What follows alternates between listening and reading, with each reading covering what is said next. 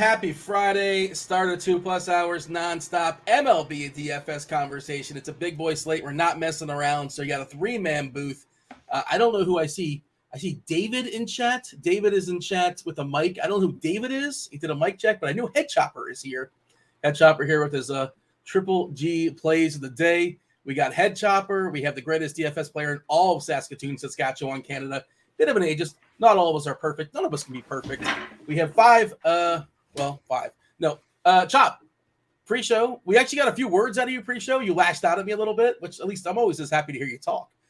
You generally save your words for the show, but how's Friday treating you? Are you excited for our big show tomorrow on Sirius? I'm excited. 2 hours of me and you. I forgot about that. Golly, well, that'll dampen the mood for the weekend right there. You're suddenly feeling sick, right? Man, I'm chop at the fish. Man, like, all right, what time is that? Okay, I gotta set an alarm or something, but yeah, I guess we'll knock that out tomorrow. But I'm excited about tonight. You know, we get a little DFS, and then it's movie night, Dean. It's movie night, man. I got one in the queue, ready to go, man. It's not, the way they stream things these days. You get to see. There's not really a whole lot that you're really wait for to get, from the theater to the TV without having already seen it somehow. But tonight, I've managed to avoid all spoilers, and I've managed to avoid this show for several months. Didn't go to the theater to see it, so I'm ready for a little movie night, Dean. Well, okay. What movie are you going to see? That's not been spoiled for you just yet, and the chat's not going to spoil either. Quantumania. It's on Disney Plus now. Ant-Man and the Wasp. Okay, I had no clue. Yeah, I'm aware of Ant-Man. I know that Ant-Man. is. Like Paul Rudd. Yeah. Yeah, he's good, dude. He's good, man. Ant-Man is definitely one of my favorite characters, man, in the whole Marvel deal. So I'm excited about this one. You got to tell TJ no spoilers. He probably up on his site had a whole bunch of festivities regarding it. He probably wrote an article about it. And TJ can just off the dome. He can give you like the entire cast probably. TJ, is Chop in for a good night watching the Ant-Man? Low expectations, ready to have fun as a popcorn flick, then absolutely. It's definitely not top tier MCU, but it's fun. It's fun, and so it's an enjoyable film. I know the no spoilers, Dean. I do this for a living. I'm not the one dropping Ted Lasso spoilers before we even start the show. I didn't do that either. We were just having a conversation about Ted Lasso. It's a different thing. I've not seen the finale. You probably have. I don't know. Not yet. Not yet. Not till Sunday night. Oh yeah. There you go. That's a nice little humble brag. The rest of us, the peons, we'll find out on Wednesday, but you get it on Sunday night. Look at you. Yeah, and I was just prognosticating. I was just guessing because they're kind of calculating what they're going to do. I'm not going to say it. I'm not going to say what they're going to do, but I think it's pretty clear what's happening in the Ted Lasso world. And that's it, right? They officially said this is it? Or there's going to be a spinoff possibly, maybe? So they've unofficially said this is it. They said the original plan when they started the season, started the series, was this is a 3-season show. But that it's and so it's been heavily speculated that it's done. People have sort of referred to it as the series finale, but it kind of all comes down to if Jason Sudeikis says, "Hey, I want to come back and do a little Ted Lasso. I'll do another season." Then they'll do another season and they'll write it. It's just really about I think this is the end of the original arc they had planned. But I also don't think they realized it was going to be such a massive success, and so it'll be one of those things that if the creators and the people involved want to keep going, then maybe they will. I thought we were going to have a Carty, Dave Potts, Cheeseisgood type argument with, that they talk about Blake Snell and then they always kind of get into it. It's kind of fun. I thought I was going to be the referee there for a second. TJ, in your power rankings, you were being kind. You bit your tongue. You're not a fan of Ant-Man. You were trying to be nice about it. I heard it in your voice, though. You don't have him very high. You got him Chop's way too high on him. He's like Blake Snell, the Chop. And you're like, no, so it's one of these things that I enjoy all of these movies so much. Like my bottom of the 40 MCU projects, that's right, 40 that have dropped since 2008 between TV shows and special presentations and movies. My least favorite is the first Thor movie.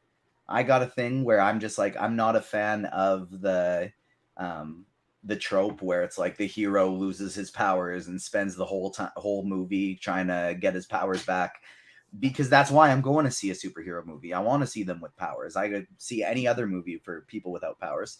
And so that's the reason why that one's bottom of the list for me. But like, say I'm somewhere without access to all my streaming services and all they got is some cable and I see Thor on the TV, I'm going to happily throw it on and I'm going to enjoy myself. So I like all of these movies, but there have been 40 projects and I have it ranked as the 31st project. Yeah. So that's it's like shade, I still enjoy it. In fact, for me personally, I think it might have been my favorite of the Ant-Man movies. And so I enjoyed it. It's just not like it's not Guardians of the Galaxy 3, you know what I mean? Fair enough. Chop, you're just gonna have to deal with it. It's not that good. That's it. Just enjoy your popcorn, lower the expectations and have a good time. It's beauty is in the eye of the beholder. Exactly. And it's not your typical Ant-Man is not your typical Marvel movie. It's different. It's got a lot more comedic effect. And it entertains me. And that's why I like it, Dean. Fair enough. Enjoy your movie tonight. I was thinking, by the way, you're talking about you're not a fan of the trope that the player loses their powers, person loses. Did you like Disney's? And it was a Disney? I don't know. Remember Rookie of the Year? You ever watch Rookie of the Year? You probably won't like that movie. Are you aware of that? Is that the one where the guy's like 40 and he's like, wow, I can throw 100 miles per hour. I'm going to try out for MLB. No, inversely, it's like a 10-year-old kid who like falls and breaks his arm, and the way it heals, he can all of a sudden throw like 100 miles per hour. But spoiler alert, it's stats limitations. It's like 25, 30 years old. At some point, he may or may not lose his ability to throw 100 miles per hour. I was thinking of The Rookie with Dennis Quaid. Yes, that is what you were thinking of, which is based on a true story. And I think didn't Ken Griffey get him? I think Ken Griffey hit a homer off him when he was playing for Tampa or something like that. If you want to dig real deep. I think he was in the Rays. Check out your Google, your Wikipedia. Big slate tonight. Big boy slate. Do want to say what's up to the chat? Kindly hit that like button. Do subscribe. Do turn on those notifications. Hit all the buttons. Hit all the things. I saw Will, Chief Justice, hanging out in chat. If you guys are not aware, we've been talking about it. Of course, his show, the Take Your Pick'em Show, 10:30 in the morning. If you guys want to play player prop sites, that is the show to go to before the numbers change. Before Will manipulates those numbers, because when he throws it out there as far as his takes. He will definitely move the lines. Do want to get them early. The later you get them in the day, the more likely they are to adjust. I believe it's Grant, Carty, and Cheese, right, Dave, tonight. So that's what you guys have in store for you as far as crunch time. That's not for an hour and 6 minutes, so plenty of time to knock out your questions in chat. Plenty of time to get to whatever's on your mind there in chat. And I'm going to have my eye on there as well. TJ, there's a lot going on as far as this slate. We have producer Steve's Mets are super chalky tonight in Coors Field versus one of the worst pitchers taking the bump and even throwing the whole Coors thing out. They have a pretty vulnerable pitcher in Connor Siebold. Jared Schuster's not been good, so I think Philly's kind of sort of somewhat interesting. The prospect Brandon Pfaadt has been an absolute disaster so far, taking on Boston. Jordan Lyles is bad. Oakland is horrendous, taking on the Astros. Chops Astros. Hopefully we get Altuve back tonight. No lineup just yet, I don't believe. But I assume he was just sick last time out, so I assume he's going to be good to go. We shall see in that. Stay tuned. And a lot of good pitchers, too, TJ. Your Toronto Blue Jays, Kevin Gausman, biggest K rate on the slate, lowest Sierra on the slate. And he's just the beginning. There's a slew of good pitching options. Where, can you just kind of give like a summary, the screenshot, the 30,000-foot view as far as this slate? It feels like there's a lot to like. And I'm not going to be mad. I feel like you said on any team in like a single entry contest. I'm curious if you're honing in or if you're zooming out, if you're running 150 and just spreading out. What's the plan? Running 150, spreading out a decent amount, but nothing too crazy. Gausman is going to be my highest owned guy today, but we're projecting him at 40% ownership on DraftKings. I'm only going to have about 35. Hunter Brown and Mitch Keller are going to be my other two with Gausman that I'm loading up on the most. And then just for the purpose of getting some other guys in tournaments, I have about 10% of a bunch of different players as well. But those three, Gausman, Brown, Keller, with Peralta falling just a bit behind them, are going to be where I'm spending most of my time. We are 11 likes away from the first Spidey Bomb on GrindersLive. We do it every 50 likes. So keep hitting that like button. We got the first one at 50, second one coming at 100 likes. And somebody in the chat they brought up, hey, TJ, I didn't know Vlad is Canadian. He is. He's got Canadian citizenship because he was born when his dad, Vladdy Sr., was playing for the Montreal Expos. His dad was awesome. Yeah, and I don't know who's better or not. I guess we'll settle that conversation about 10 years or so. Incredible arm, too. He got a ridiculous arm out there, I believe, in right field. Fun to watch for sure. What do you think, Chop? Yeah, go ahead. To see with Vladdy, like in that kind of comparison, we kind of expected Vladdy Jr. to come in and hit with just insane amounts of power. And not that he's not a home run hitter, he hits with power as well, but he's a much better contact guy than I think a lot of people expected. And then defense was really the thing that everybody was worried about for him, and he's turned into a pretty fantastic first baseman. So it's kind of interesting how he's sort of disappointed from a power standpoint, but everywhere else where was a bit less of a sure thing, he's kind of fallen into a pretty fantastic player. Danny Jansen, by the way, officially placed in the IL for your Blue Jays for what it's worth.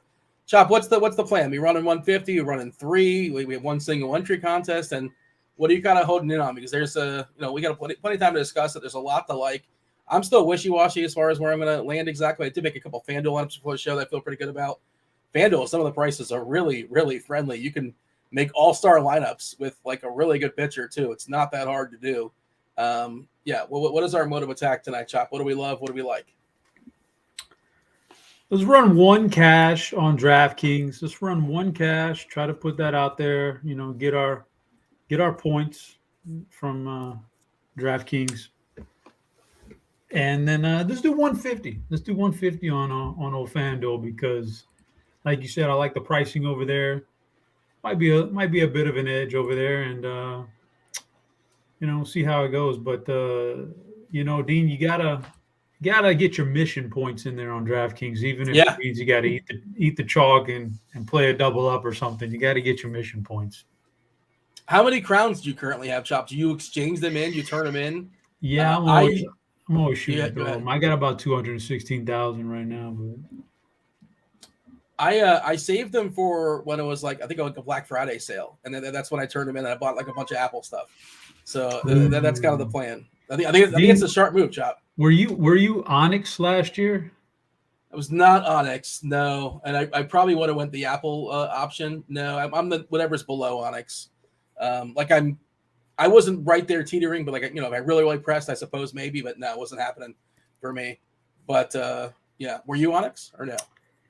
I missed Onyx last year. Last year on DraftKings, oddly, it's weird, but I did not play basketball or hardly any baseball last year on Draft. I just played football, and so I did miss Onyx, but guarantee I'm getting it this year, Dina. 100%. I saw these dudes got these Apple packages. No, man, he's not leaving me out of that next year. I'm getting in on that, man.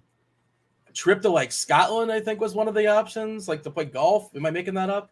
There was 4 or 5 that was kind of floating out on Twitter. It seems like a pretty impressive reward. Obviously, you're paying a ton of rake, and there's a reason why they're giving it to you. But it's also nice to have as well. We got 534,000 crowns, Chop. So we're saving up for whatever sort of Black Friday sales inevitably coming. We'll see. How about your TJ? How much do you left, TJ? How many crowns do you have?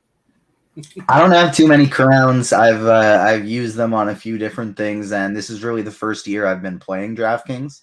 So we'll see come year end what they dub me. I don't really know how all of the reward systems works over there.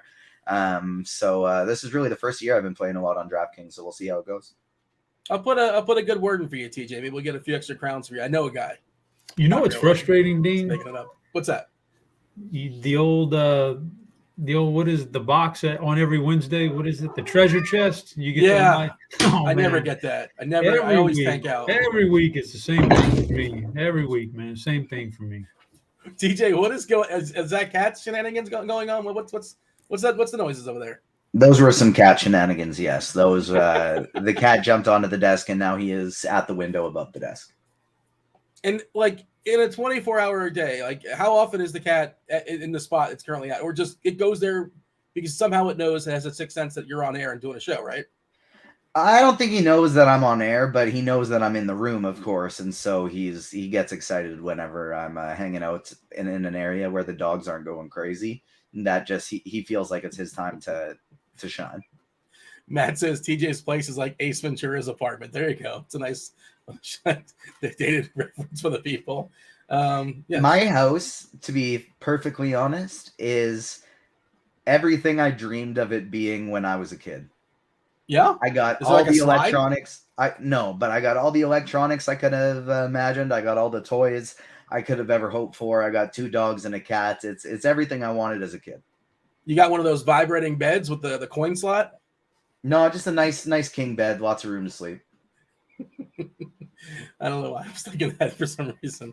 And like the silver spoons, like train sort of popped in my head for some reason as well. I don't know. That's before your time, I imagine. So, but all right, Chop. Let's dig in as far as the slate. As far as the top pitchers. Oh, let me ask you this, Chop. You're playing a bunch on Fanduel. I'm curious. We always kind of goof about this, but everybody says you absolutely have to stack on Fanduel. There's you can get more for correlation on Fanduel, but the prices are so good and there's so many options. What limitations are you putting on as far as if you go in lineup HQ, you can say I want all my teams to be 4-4, I want them to be 4-3 or 4-2 or 3-3-2.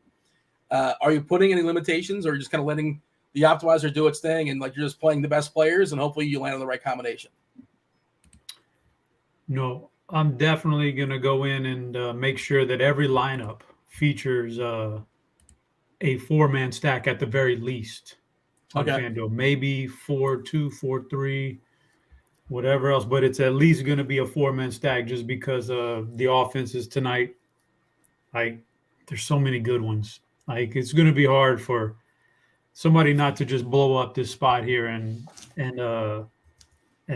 take it on and that be the winning like stack. So you just have to hope at that point.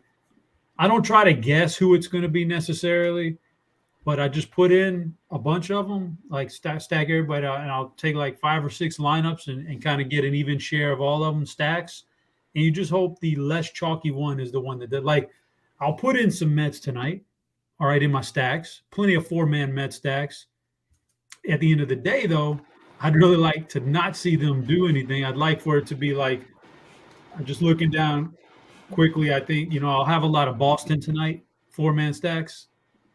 That's the one I would prefer, go off as opposed to Coors Field. So, but at the end of the day, I'm not in the game of trying to guess which one is going to be. That's really hard. I'll just put in several of them and hope the less chalky comes through. Chop, what's the name of the pitcher? You mentioned Boston. What's the name of the pitcher Boston is facing tonight? I mean, we've been through this before. I think, Dean. It's Perfect. I thought maybe you might have learned. Perfect, man. Right? I mean, that's one way of saying it. That's probably what like they said to him in 6th grade, and he was maybe picked on or something like that. But that's not correct. But that's fine. He's been putting some fat pitches over the plate. We can say that. For sure. What's his name, Dean? It's Fought. Oh, it's Fought. Okay. Yeah, that's a rough name. Often I have this thing, man, where I'll see people's names. And if it may, sometimes it'll trigger something in my head that says, gosh, that poor guy in school, in middle school and high school, like there's so many of them out there. Lucky you mentioned today, I was glancing on Twitter and there was this guy his guy's name was For Real Cockmeister. And I'm thinking, man, this childhood must. That can go one of two ways, though. Like you could be really popular with that name. I don't think you're in grade school. I don't think that's exactly a good thing, but like it's weird, man. Names are funny like that. Yeah, and there's just nothing you can do about it. It is what it is, and nothing. It'll toughen you up. But you ever hear that boy named Sue? You're aware of that song, right? Johnny Cash. It'll get you. It'll get Man you. in Black. I remember I was 5 years old, and my dad was singing Boy Meets Sue on the karaoke in my basement.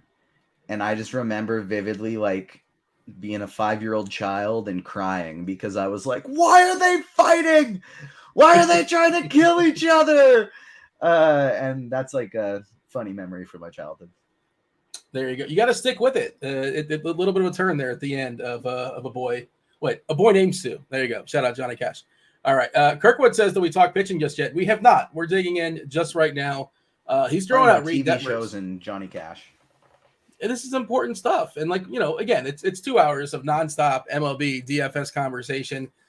We yield the crunch time in 50 minutes or so. You got two of the best in the business, and Grant's going to be holding out as well. You got Carty, and you have Dave Potts, 2-time millionaire winner. Cheeseisgood. They're going to go around the horn, of course. This is more of like a conversation about the slate.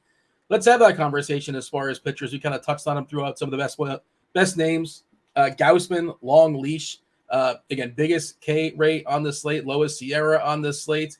How much are you prioritizing him, TJ? And you kind of mentioned a couple pitchers so far. I think probably the most interesting cheapie is Reed Detmers that Kurtwood's talking about. Actually, I made a couple lineups for the show on Fanduel with Detmers and got all the bats. That was a lot of fun. Mitch Keller has been like sneaky awesome this year. I say sneaky just because I feel like he hasn't been on a lot of main slates. I feel like the Pirates have played a lot of games like 640 or so. I feel like he's not been in a lot of the slates that I'm talking about, but he's just been absolutely spectacular, lights out this season, kind of supposed to be, right?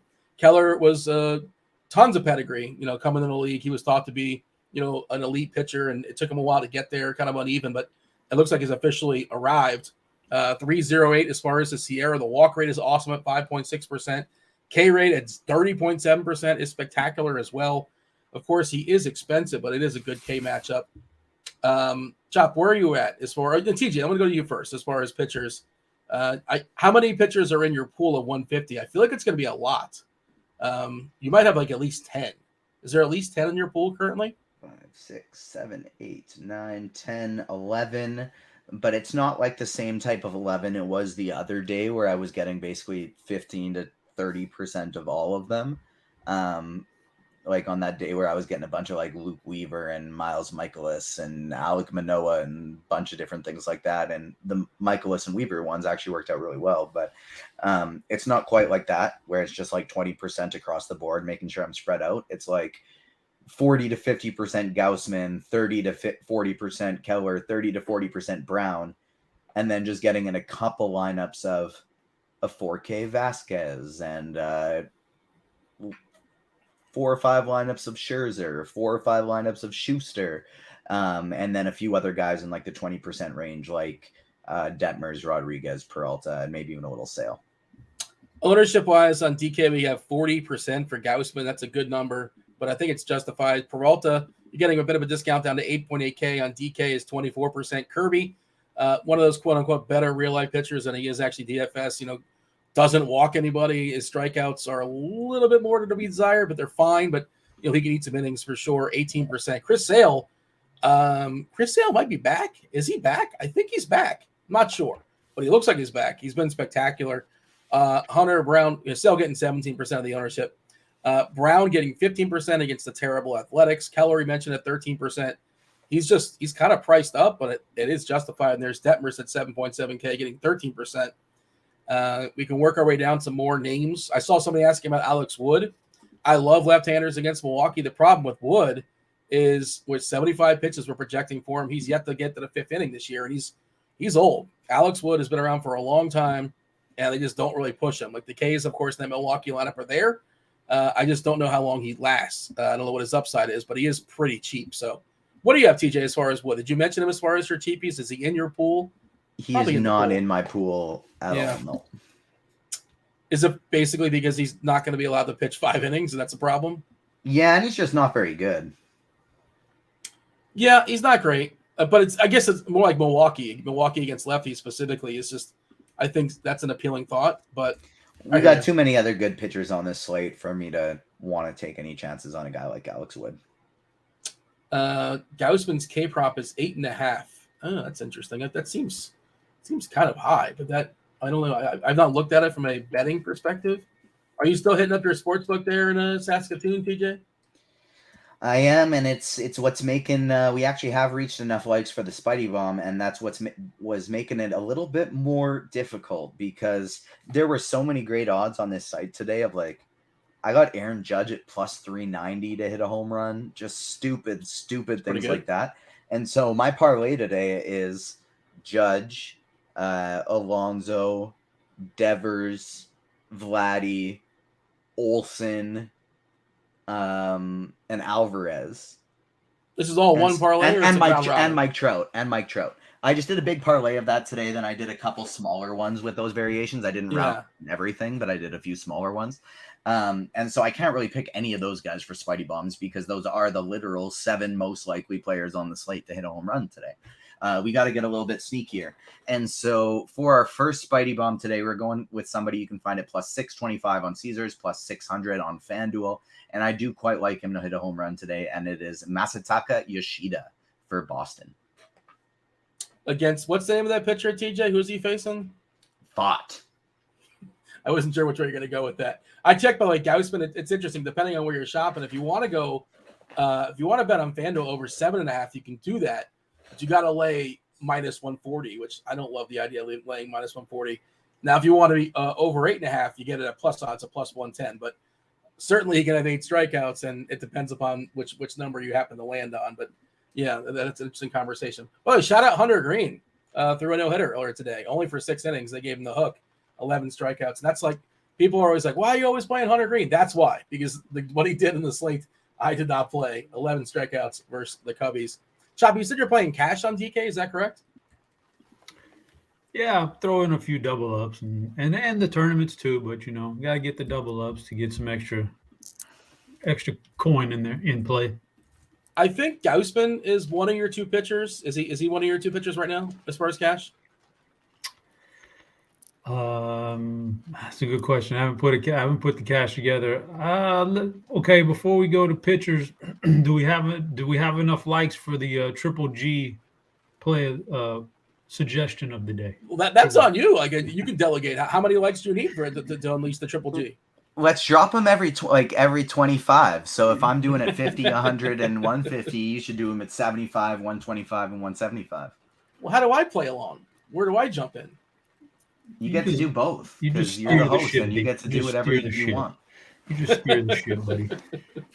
All right, let's do some pitching then we'll come back to that. Should I play some cash on DraftKings today? I don't think I've ever built a baseball cash lineup on DraftKings. Maybe I should do it today for some fun.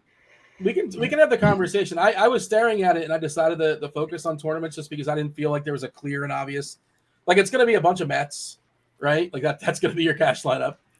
Gausman, maybe Hunter Brown, maybe Peralta, maybe Kirby, maybe Detmers, and a bunch of Mets, and that's your cash lineup. I feel like it's going to be pretty. I don't know if there's any clear and obvious like this is where you win. It's kind of because I don't really feel unless you do. Maybe that's Kirk Deese's guy in chat. Maybe that's Detmers. I like Detmers. I don't know if I love him in cash as an SP2, but I think he's great for tournaments if nothing else. But yeah, I see Kirkwood hyping up Detmers a good bit. Coming off the start where he had 12 or 11 strikeouts, facing the Marlins. It's a weird matchup, right? Because the Marlins, we have a Marlins lineup. I don't think we do, but there's a lot of contact guys in our lineup. They're not good. There's no Jazz, obviously, but looks like we do have a Marlins lineup. Yeah, so there's Luis Arraez, super annoying, 9.8% strikeouts dating back to last season, 164 at bat sample versus left-handers. What? Devers isn't in the lineup today. Oh, that's a bummer. That's why I hate putting in parlays before. Well, it just gets voided, right? Yeah, exactly. But it's like I would have used that on somebody else, That seems strange. Like why? I don't know. Why would they rest? It seems like an amazing spot for him. Why would they not play him? That seems odd. But getting back to the Marlins, and I'm curious to get your thoughts on this, TJ, because it's weird. They have all or nothing guys, right? Birdie, 28% strikeouts. Soler, 23. Obviously, his power against lefties is completely insane. Arraez, not a power guy, but he makes a ton of contact, doesn't strike out, 9.8%. Cooper is a strikeout guy, 29%. De La Cruz, strikeout guy, 28%. And then there's Gurriel at 7% strikeouts. Segura, 13% strikeouts. No power, none. 0 homers still this year, I believe. Cortez at 12%. So it's not the best strikeout matchup, is the point I'm getting at. But the guys that strike out really strike out. So you got to pick on Birdie, and you got to pick on Cooper and De La Cruz, and maybe a snipe one against like Segura. It's possible. So how are you handling Detmers? And of course, it's all baked in. He's pretty cheap. Yeah, I like him today. He's probably going to be one of my higher owned SP2s. I'll be honest. I bumped him up in some ownership after I saw Kirk Dees hyping him up. He's an intelligent guy. I trust his DFS knowledge. I don't trust his recounts of what happened so he can create drama among our fellow RotoGrinders family members, always trying to cause chaos. I don't condone that. You trust his nicknames because they're generally wrong too. No, the nicknames are pretty spot on. The nicknames are pretty good. He's got some flaws, but nicknames aren't one of them. And so I bumped up my ownership. I did have quite a bit of Detmers already, but I'm going to bump it up a little bit. Somebody's asking if Alex Wood is showing reverse splits. No, I don't believe Wood is a reverse splits guy. He's pretty clearly righties, and I think that's why Ruff, I would imagine, is leading off once again. Milwaukee's lineup just came out, right? Yeah, Ruff is leading off. And is there no Rowdy? I think Rowdy hit the bench once again. Let's see. Getting the lineup here. A's lineup just came out. It's bad. Yeah, Red Sox by Tapia is leading off. Tapia, Verdugo, Turner, Yoshida, Rev Snyder, Casas, Hernandez, Valdez, and Wong. And the Brewers, Ruff is leading off. Contreras, Adames, Yelich, Miller, Anderson, Brousseau, Taylor, and Weimer. Weimer's a big dude, by the way. All right. Getting a lot of lineups coming in. What are we waiting for? I guess we're waiting for the Mets. That's the big one. Who the Mets are going to drop in their lineup today? The Mets lineup is out. The Mets lineup is out, Dean. Did I just miss it? Nimmo, Lindor, McNeil, Alonso, Beatty, Marte, Vogelback, Pham, and Alvarez. So no more Canna. Yeah. And no, what's the Vientos? That guy's not playing baseball today? No, it's the same lineup we projected with in the same order, but with Pham instead of Canna. All right, fair enough. We're going to get a pretty popular Alvarez and a pretty popular Beatty. McNeil's going to be popular too, and he's the guy that I think yesterday he needed 3 singles to get the job done, right? But you never know. I suppose he can hit one in the gap or even can hit one over the fence. I guess it's possible. I think we need Steve to come in and tell us what's going to happen with the Mets today. Yeah, well, we have to tell. He has to tell us what he bet, and then the opposite's going to happen because producer Steve tends to be a bit of a mush when it comes to his Mets. If you want to, we want to chime in, but by all means, Steve, if you have thoughts as far as your Mets. Do we like the lineup today? Are we cursing at Buck Showalter? How do you feel about your Mets today? I don't love that they keep playing Vogelbach and Pham. I mean, Canna's not great either, but the lineup's good. The top half's great. Yeah. Did you bet anything this game? Yeah, Mets money line. I ate the juice. I don't know about the run line. Yeah. By the way, Scherzer, he's throwing baseballs today. It's interesting we're kind of ignoring him, but they're babying him, right? With 75, 80, 85 pitches what they're capping him out at. Obviously coming off injury. The K's haven't really been there. He's also 38, 39 at this point. This Colorado team is terrible for sure. Lefties he's been vulnerable to. How many lefties are they throwing at him? Blackman, Profar, McMahon, Castro, Nolan Jones just got promoted, right? This is one of their prospects. I think that's a big power guy, right? I feel like we saw him last year. Nolan Jones? Anybody got a Nolan Jones thought as I Google Nolan Jones? Do we have Nolan Jones Googling music? All right. I think he's a big power guy, right? Nolan Jones. I don't know. 6'4", 195 pounds, 25 years old. Raw power 60-70 grade on Fangraphs. And I think we did see him. We saw him on Cleveland last year for 94 at-bats. And he had a couple of homers. This year in AAA and 187 at-bats, 12 homers and 5 stolen bases. Coming from the left side, I thought he'd be super, super cheap. He's not super cheap, but just interesting. I believe he just got the call up. All right. Well, Steve, we're going to hold you to it. What's the score? Give us a final prediction, Steve, as far as the final score. For them. Are we stacking them up? Are we regret not stacking them? Are they going to pile it up or what? My dog's going crazy. I don't know. I think they'll score 7, and the score will be 7-3. Right. Yesterday was very successful with 10 runs against the Cubs. What is this question in chat from David? Job. I don't even know. There's a question for producer Steve, but I think you can just answer it in the chat if you'd like to. Probably keep that one off air, I suppose. But no, I don't eat the juice from Dean Stomps. I don't even know. I see what he's doing there, but all right. Chop having himself way too much fun on this show. Other I want to pitchers. hear Chop actually laugh, not on mute. Was Chop muting himself? He's cracking up to himself. That'd be unprofessional to have that on air like that. So, I mean, it's unprofessional to write it in chat enough. Well, why not go all the way? You say you ate the juice. I was just wondering. I don't know, man. I'm just trying to figure it out. What's going on here? Did somebody in your secret chat tell you to write that, Chopper? Or is that kind of like this? No, I thought of that myself. I thought right when he said it, I had a whole thing where like, oh, did he just say that? Oh, here's what I'm going to say. No, I did that myself. All right. Other pitchers, Chop, that we should focus on together. There's a plethora. If you guys here in chat, feel free. Who are you thinking about playing? Throw them out there. Happy to discuss. By all means, we'll talk about stacks in a second. But I mean, we haven't said anything about Luzardo or Grayson Rodriguez. Ton of pedigree. He's kind of sort of somewhat cheap.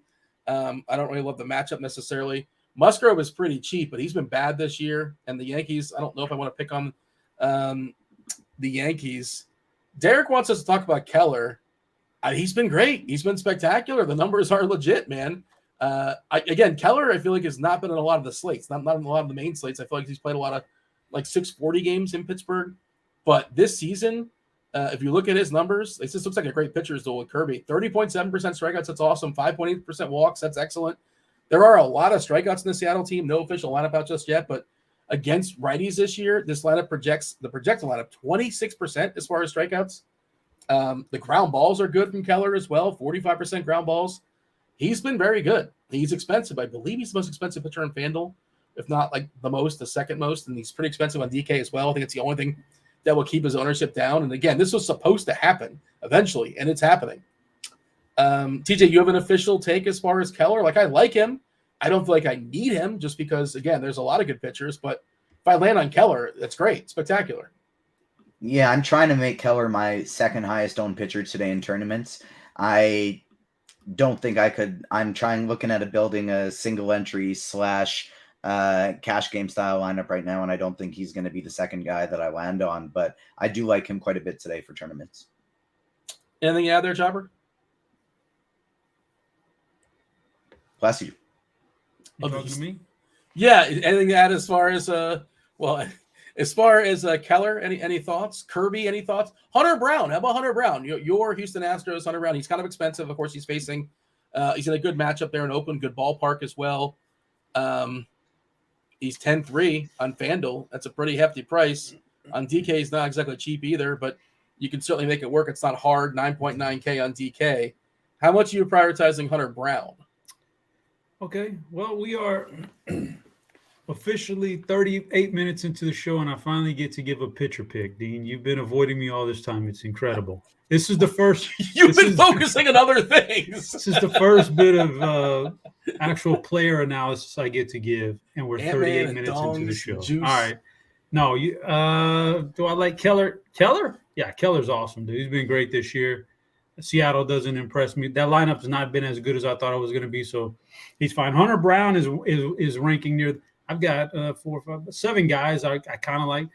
6 guys I really like. I'm throwing in Luzardo as a 7th right now because I think there's something there to him. We can talk about him later, but Mitch Keller's at the top of that. Chris Sale, y'all mentioned him earlier. Yeah, I do think he's back, Dean. I think he's back, and I don't know if it. Well, first of all, the velocity is up. It's up a little bit. Like, when you talk about 1 or 2 miles an hour, it doesn't take much in Major League Baseball to make a big difference. So his velocity is up these last 4 starts, which have been good. And he's not throwing as many of those secondary pitches, which may be because the velocity is up. They kind of play off of each other. So I like Chris Sale tonight. I don't mind Chris Sale at all. Hunter Brown is good.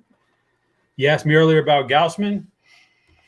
I don't know if he's going to be one of the 2 pitchers I play. Well, wait, hold on a second. You said I didn't ask you about pitchers. I asked you about Gaussman. No, you asked me a question? No, you asked me about Gaussman, and then you immediately went to something else with TJ or producer Steve or something like that. I'm easily distracted. You got to answer quick. Yeah, Gaussman is he's okay. I don't know if he's going to make my top 2 in my cash lineup though.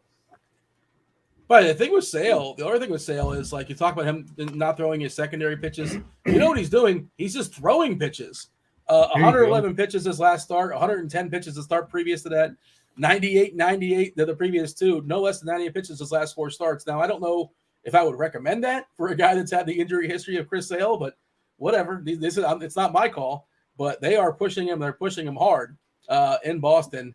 Again, he's been the last 4 games, 8 Ks, 9 Ks, 10 Ks, 5 versus Cleveland. It's Cleveland. It's excusable. But not even like easy matchups, right? San Diego, St. Louis, Philadelphia, professional ball clubs. TJ, what do you? What's your official? Like, is Sale back? I know Kirkwood, your boy Kirkwood in chat, Chopper is hanging out, and like he likes to talk about the splits, the pre and post like belly button ring splits. I don't know if the belly button ring is out. I've not seen updates on his Instagram. I'm not sure what he's doing these days, but he's just been spectacular of late. I wonder if Kirkwood is back on Chris Sale. TJ, your official take as far as Sale? I'm back on Chris Sale.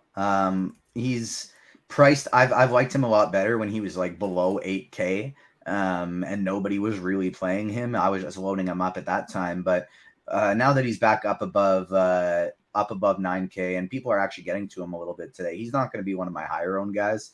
Arizona doesn't strike out a ton, but he is still in my pool and somebody that I'm looking to get to.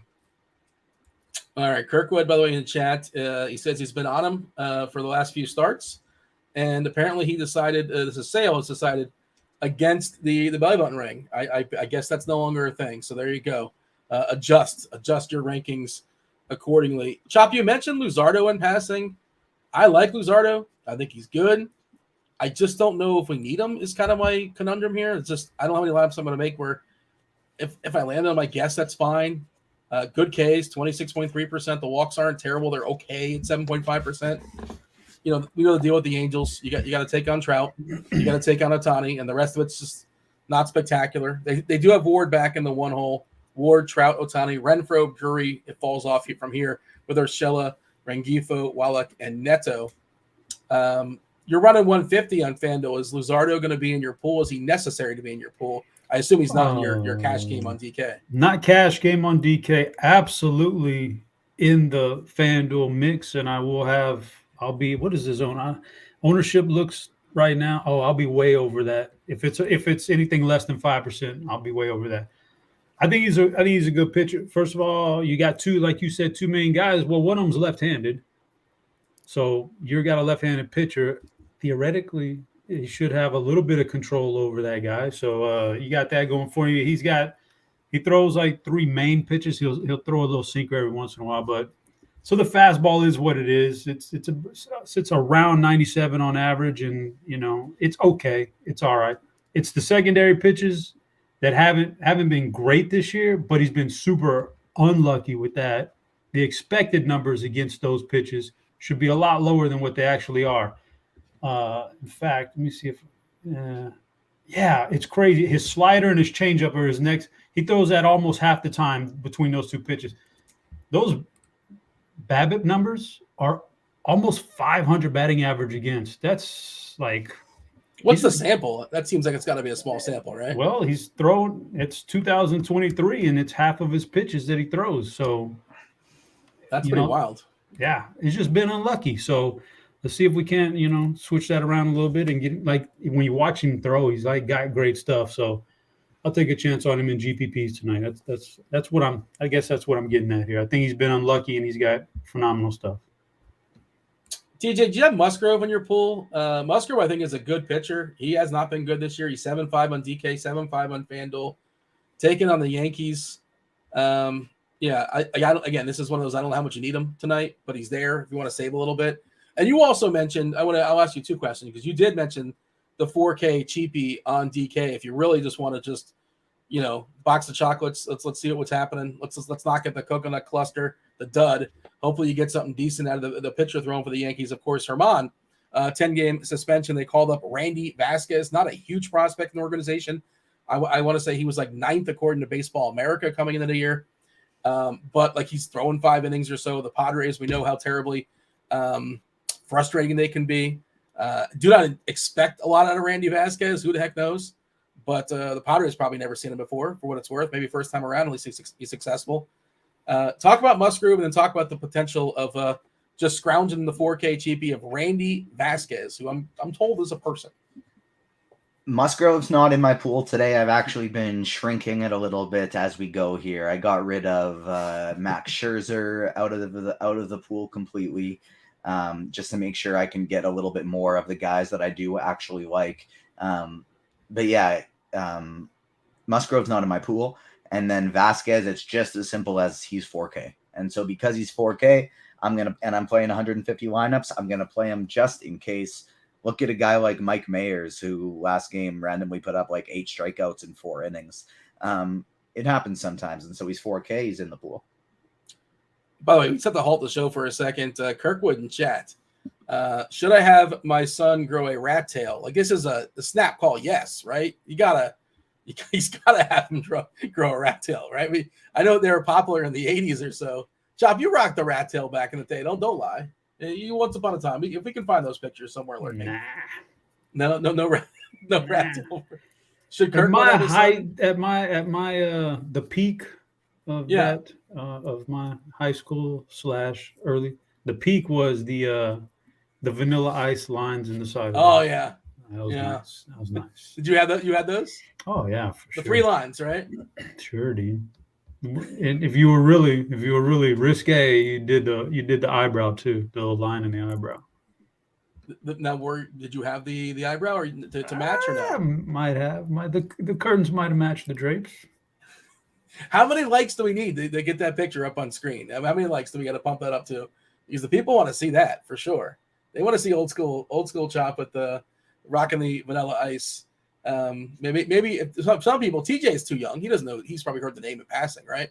But producer Steve, show the people in a GIF form. What can we get? Vanilla Ice possibly rocking the 3 side. Yeah, we can get it. We can make that work. We're making producer Steve work today with the GIFs or whatever can pop up. I suppose we can get something there. 29, not 60, and I know who Vanilla Ice is. What's your second favorite Vanilla Ice song? What's your second favorite Vanilla Ice song? Ninja Rap from Teenage Mutant Ninja Turtles. Thank you. Exactly. Don't ask me my third. We're in trouble. You've probably seen The Secret of the Use. I imagine that's kind of right up your alley. I'm assuming at least young TJ saw it. No? Teenage Mutant Ninja Turtles? Yeah, I have. I got distracted because we're at 99 likes, so that means we are 1 away from our second Spidey Bomb, and I know people are gonna be clicking it right now. And so Spidey Bomb number 2 is a guy who's batting 5th today, nice and cheap on Atlanta, and it's Marcell Ozuna. You can find him for plus 420 on DraftKings on Fanduel. Chop, do you have a triple G, or are you going to be unleashing it like in 25 more likes? Yeah, I can give a triple G.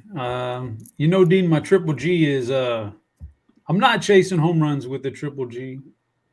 I'm just chasing some singles, and if I get into one and I get a home run or a triple or a double, I'm good with that. Jeff McNeil's your triple G. My triple G, MJ Melendez tonight. Now, MJ Melendez. Why are we going Melendez? I'll say that BVP is not there. There's no BVP tonight. Like, there's nothing that jumps out in the algorithm tonight.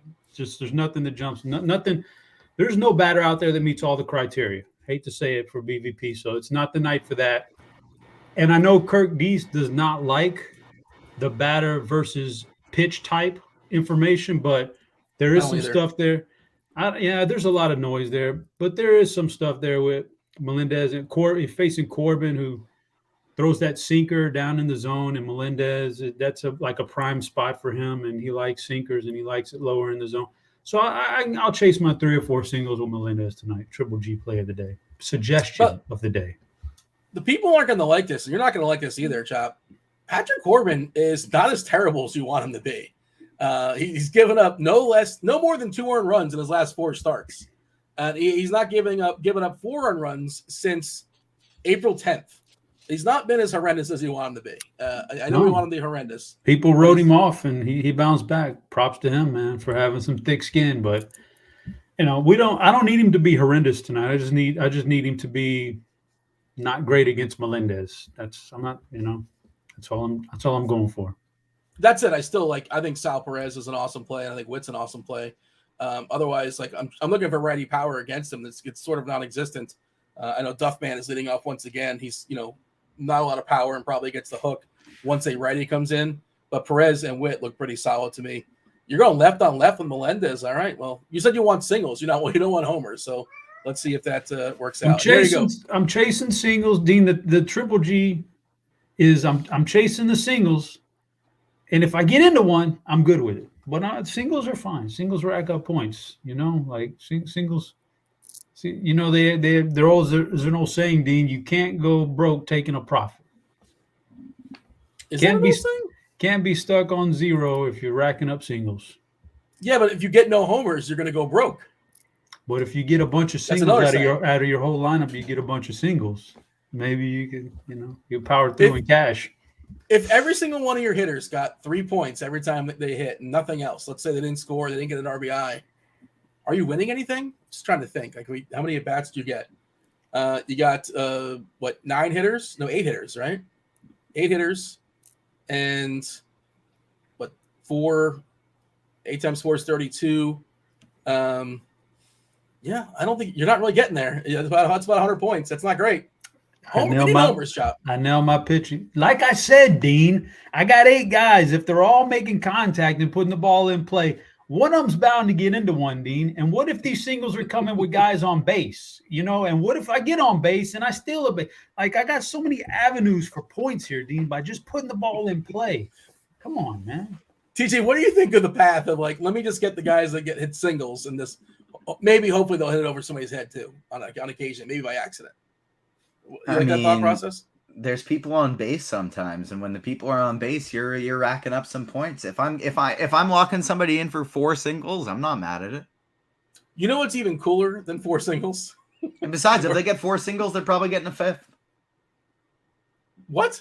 Oh yeah. How is that, Bob? What do you mean? Because they're hot? Why are they probably getting a 5th single? Because they're getting hits throughout the lineup, and so you're gonna get their 5th extra at bat. You might get that extra that vaunted extra at bat, Dean. And they're still most likely to get out the 5th time.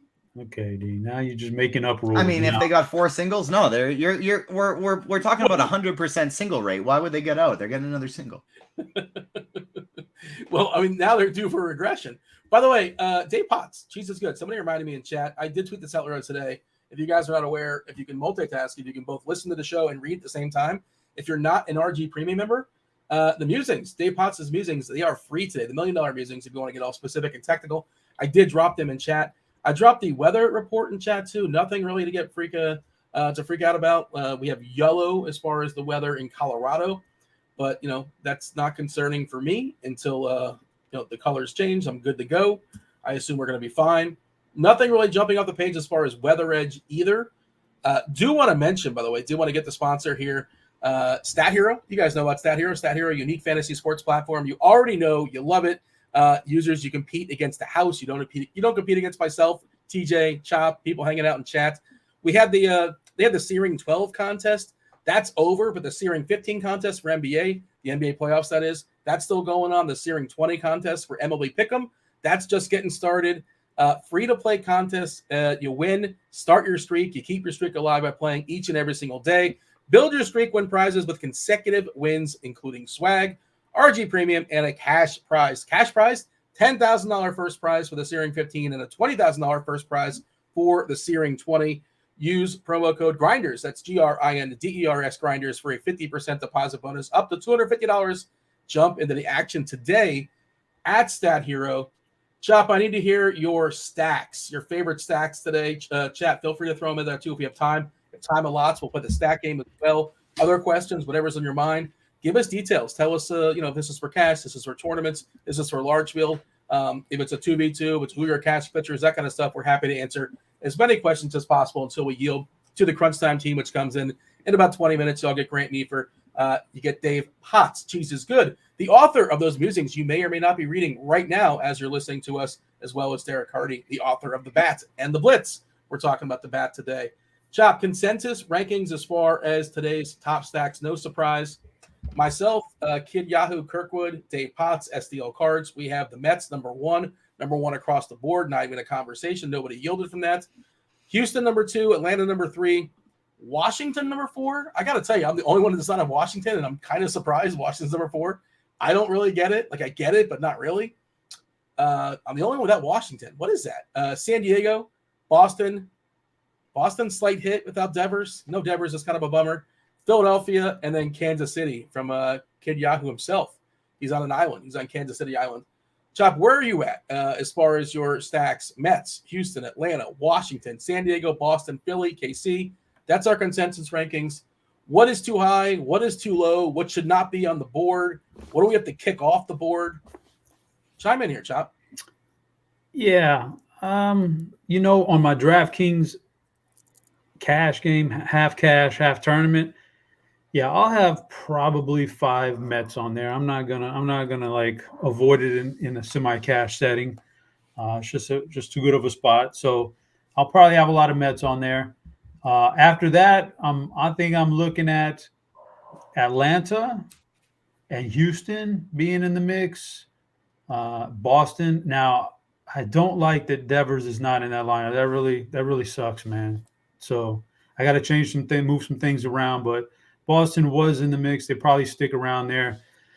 Then we start getting into teams that I'm not as high on, but I can still, like KC. We mentioned Corbin has been better lately, but yeah, I just think that. I think Casey has some individual pieces in that lineup that I really like. You mentioned Perez, and then there's Witt, and then I talked about Melendez. There's some guys in there I like. San Diego, Washington. Let's try some Washington here, and take some chances with that. But those are all tournament teams I'll be messing around with. The Mets will be a 4 or 5 man stack on DraftKings in my cash lineup. What about yourself, TJ? Any thoughts you want to, feel free to chop is right, chop is wrong. You want to double down on something? Is at least basically correct for you as far as your prioritization? Is this a similar order? I heard no Rockies, by the way. We kind of mentioned Scherzer in passing. I'm curious. I think the Rockies lefties are kind of sort of somewhat interesting. It's just a huge slate, and you can homer hunt against Scherzer these days for sure. Yeah, I'm certainly. I won't have any on DraftKings, and on FanDuel, man, I'll have very, very little, like very, very little color, not very many.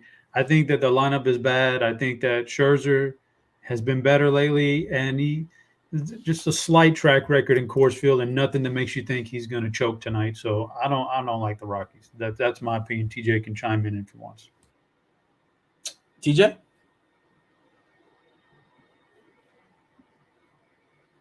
is on mute.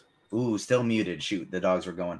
I like the Rockies a lot as a secondary stack. I'm not really full stacking a lot because of that lineup. But Scherzer's just been really, really bad against lefties this year. Like, he hasn't been able to strike them out. He's always been reverse splitsy, but he hasn't been able to strike out lefties, and the ball is in the air all the time. And so Blackmon and McMahon, I like as a 2-man stack. Want to throw Profar or Castro in there, Nolan Jones, something like that, I'm okay with. I'm not trying to fire up a ton of Chris Bryant today or anything like that. But I do like Colorado as a mini stack, especially those lefties. What you were talking about running out the cheapie, TJ, for the Mets, but again, we don't know I'm sorry, for the Yankees, we don't know what he's going to bring. And the Padres theoretically have a really good offense, and you could certainly see him putting up a 5 spot early and chasing them out, and who knows what you're going to get from that bullpen there for New York. But San Diego is just an interesting stack to me, and again, it just feels like they disappoint almost every single day. But I'm going to have some San Diego. It might burn me, especially on FanDuel where Tatis and Soto are like 3.6, which is just so cheap for those guys on the road. Good shot at 5 at bats. Is Adore, who is bumped up in the lineup, going to homer for the 3rd straight game? I mean, we know about that right field line down there in New York, and I was already looking at their bullpen. The Yankees lefties have been working hard of late. They only have 2 lefties, Wandy Peralta and Nick Ramirez. Nick Ramirez has thrown 15 pitches yesterday, 20 pitches the previous day. Now, it's not like impossible for a guy to pitch 3 days in a row, but they probably ideally would like to avoid him if they can. Wandy Peralta has pitched 2 of the last 3 days. He was off on Wednesday, but Tuesday threw 10 pitches, Thursday threw 21. Probably, in a pinch, in a spot, he might get used. Also, Matt Carpenter, revenge game too. Again, I was looking at that for Carpenter as well because I want to see if he can stick around. I was playing him in that Washington series because Washington had no lefties in their bullpen, but Nelly Cruz boomstick is lurking, I suppose, if Perez or Ramirez jump in. But I'm okay with Odor. Like, I think you were kind of sort of joking, maybe somewhat, but he's fine.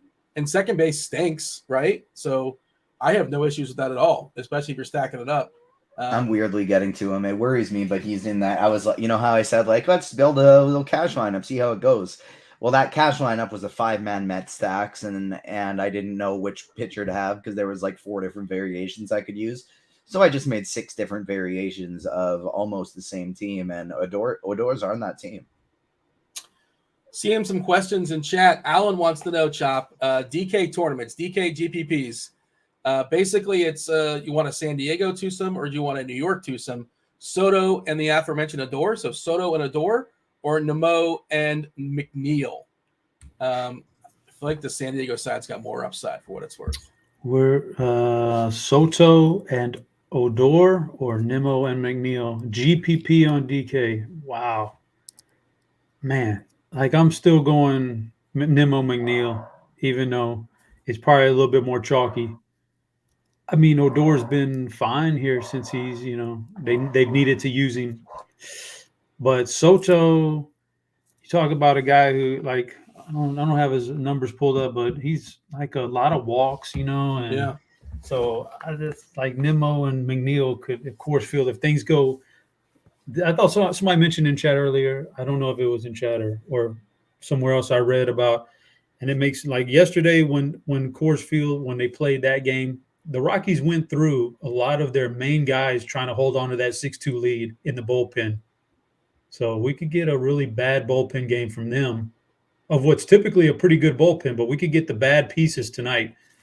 And that combined with a bad starting pitcher could mean, man, the Mets could be the nuts. But it's just, I don't know. Never know. Their lefties are rested mostly. They have Hand and Suter. Suter did throw 5 pitches yesterday. Hand threw 0. I think Pierce Johnson's their closer, or Bard is like the late inning guys, like the 8-9 guys. And like you said, they imploded against the Marlins, gave up 4 in the 9th. Bard threw 25 pitches, Johnson threw 29, and Justin Lawrence threw 21 pitches as well. But yeah, sure, that's worth noting. Other questions that were hitting up here in chat. Thoughts on Liberator? Man, I wish I can trust him to throw baseballs a lot tonight, but they didn't want to start him, and they're kind of jerking him around, and they one inning out of the bullpen. Potts wrote about this too, talking about like it's just weird, and that could have been like his side throw day or whatever. I just don't trust that they're really going to push him. I like the stuff.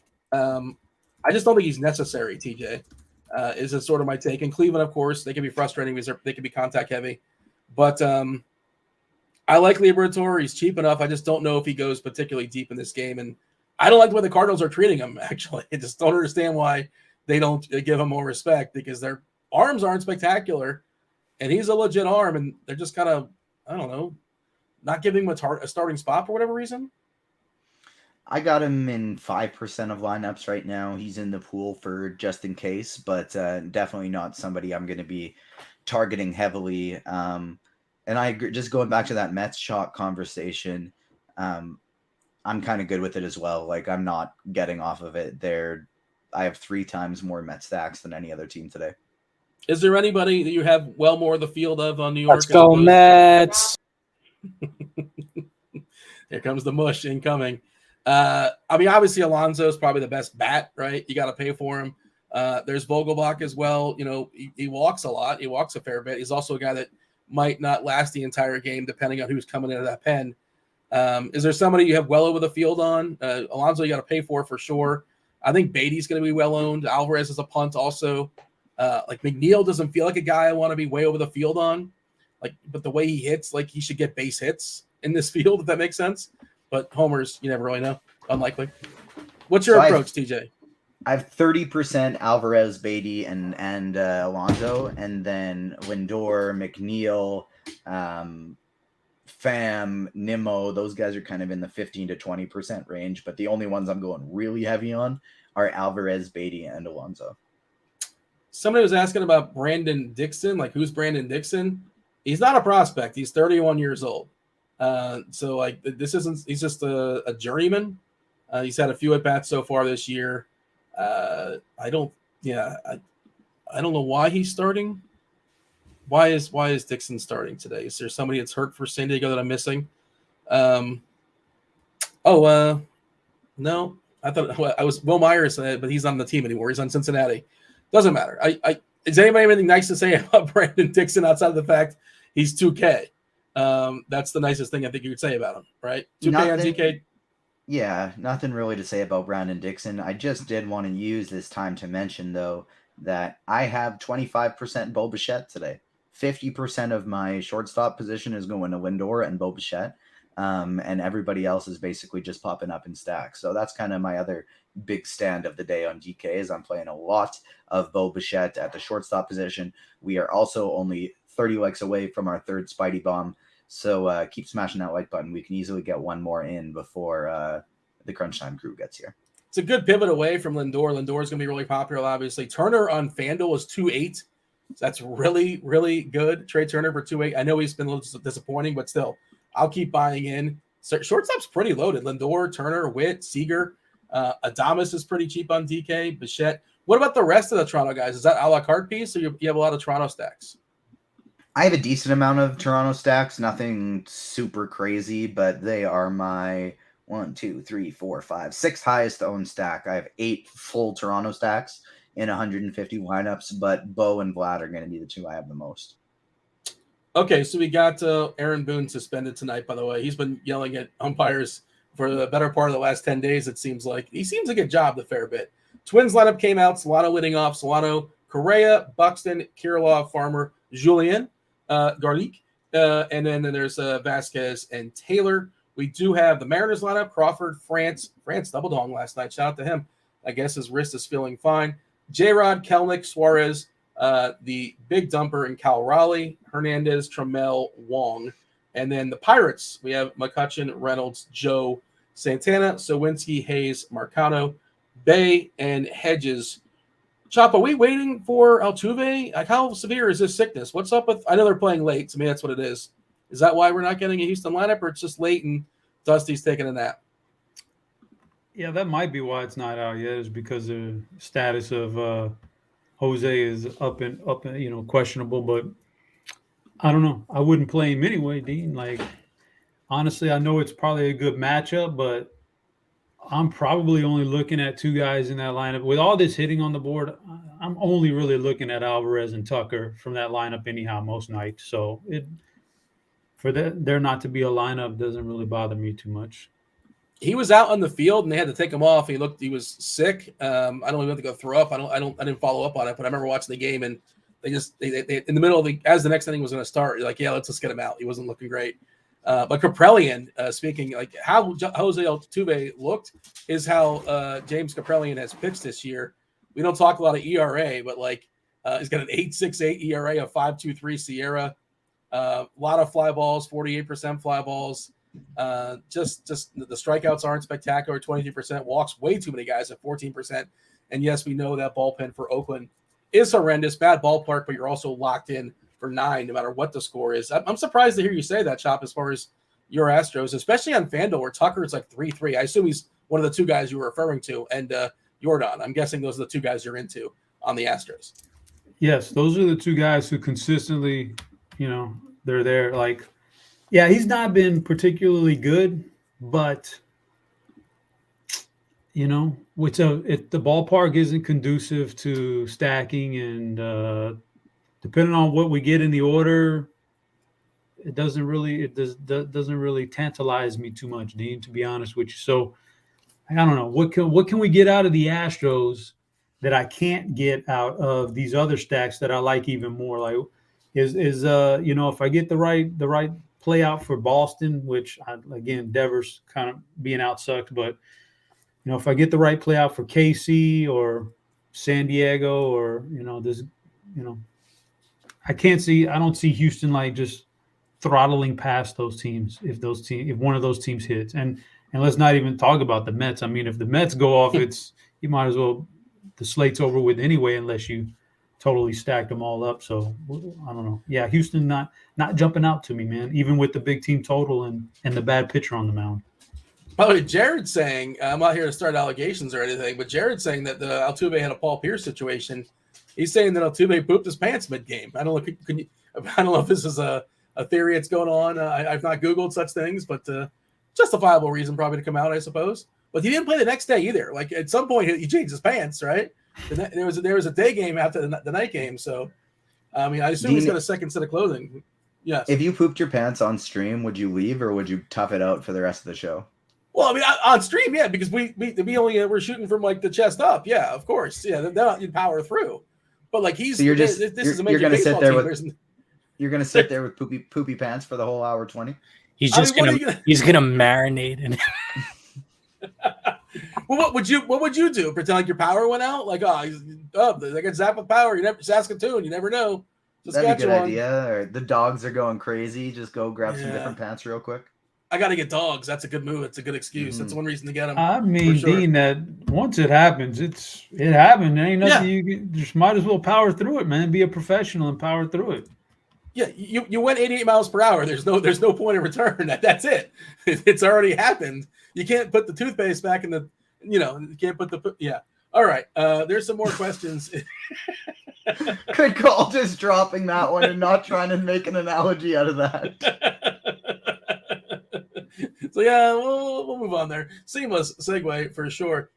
Best policy is to be honest with the viewers. Well, I don't think the viewers know. Like you have I just pooped in your pants face. Is that a certain face that people might have? I don't really know. If you'd be like I played a little poker back in the day. I think I got a decent poker face. I'd be able to get away with it. So I imagine it wouldn't be super obvious. I got to bring Grant in for this. He's in the lobby. Yeah, we're talking about Sharton. Well, that's one form, sure. Have you ever maybe had a little release on air? You've been on. Yeah, how many years have you been doing this? On air, no. In many other places, yes.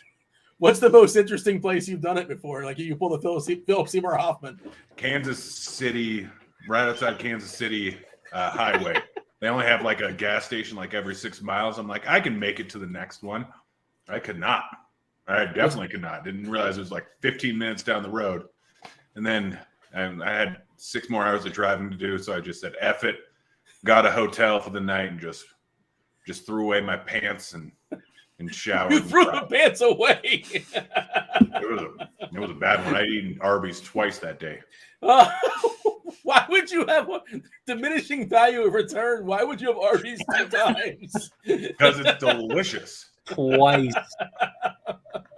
Now, was there did you take a break? Did you have to pull over after the first Arby's, or was this like both Arby's combined, and you were just it was a perfect storm that hit you? I don't know. Arby's like 4 or 5 hours apart, And what you have a go-to? What'd you get? Arby's? Yeah, buffalo chicken slider, beef and cheddar, mott sticks. That's the go-to order. Dave just came in the class up to join. I'm not sure, Dave, if you've heard of the conversation. No, I missed what we were talking about there. Poop and paint.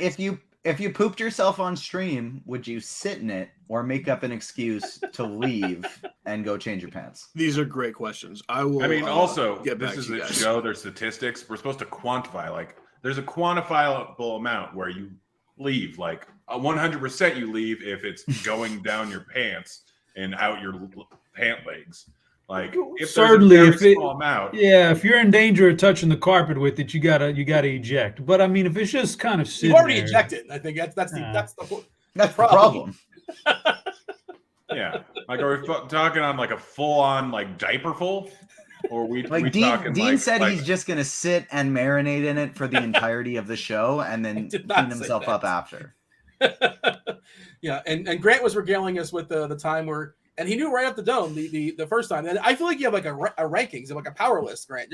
That's not the only one you have in Kansas City. You can go more if you had to in a pinch. Oh, I mean, wait, are you talking about pooping myself in Kansas City? Well, other states and cities too, probably. Yes, well, I think Kansas City, I've only done it once. Yes, other states. Sure. How much time have you spent in Kansas City? I mean, I don't know. Over the course of my life, probably 2.5, 3 months. Okay. Well, that's a pretty good ratio then. You're doing well for yourself. Carty would just say something's malfunctioning with the bat and he'd turn off his screen quick. It's Derek Carty, CEO of the Bat. It's Dave Potts. The musings are free. Let them know. We dropped that in chat. If you guys did not have a chance to look, if you're not Prey members, check out Dave Potts' musings today, the $1 Million Musings. myself and TJ and Chop. Do we have anything else, the boys? We're supposed to end on a high note, but this is it. This is what you got. We're going to yield to the Fanduel sponsored Crunch Time in a second. Chop, anything to leave the people with? No, I just at some point, next show I want to come back on with Grant and we got to talk through this a little bit more. It seems irregular. I mean, I probably am a little bit irregular, but I mean, on the IBS spectrum, I'm probably only a 4. How high does it go? What is it, 1 through 5? Or A what 10. is it? I used to know a guy who he always had to have at least one backup pair of underwear in like his backpack or car or something. Holy like that. Toledo, man! You met him like in a support group? Where'd you meet this guy? What do you mean you used to No, know a just guy? a random dude who poops his pants a lot. All right, fair enough. Myself and Chop will be on Sirius tomorrow. Grant, feel free to call in. We have many I questions forgot for about that. Jesus. you. Get excited, Chopper. Golly. TJ, we good? Anything else? Well, we've left the people with far too much. We better get out of here. That's TJ's words. That's Chop. We're going nowhere because you got Grant Neiffer starting the Fanduel sponsor Crunch Time with Dave Potts and Derek Carty. Take it away, Grant. All right. Well, now that the poop talk is done, let's get the baseball talk going. Where you got one, Carty? Where do you think about the slate? I'm just still hung up on what I walked into. Yeah, I feel like we need to I don't know. Can we just have an internet, play some music or something, and let's just kind of start over? I was trying to think if there was a good song. I thought that "Pooped in My Pants" was a song, but it's actually "Jizzed in My Pants" by Lonely Island, and that's a whole different This is thing. good. It is a whole different, just everything. Yeah. All right, baseball, I suppose. Baseball, cold Baseball showers. exists tonight. I just remembered. Yeah, this. I think this slate is pretty cool. I'm sure the chat's going to be super pissed at me, so it's going to be a fun one. I'm looking at the bat right now and see what they could be pissed about you. The YouTube chat in particular, because they're recency biased donkeys sometimes. They're not going to like you playing against Texas. That's exactly what I'm talking about. Yeah, they love to say, "Oh, Derek doesn't think Texas is good." Blah ha ha ha. They've been so good for six games this year.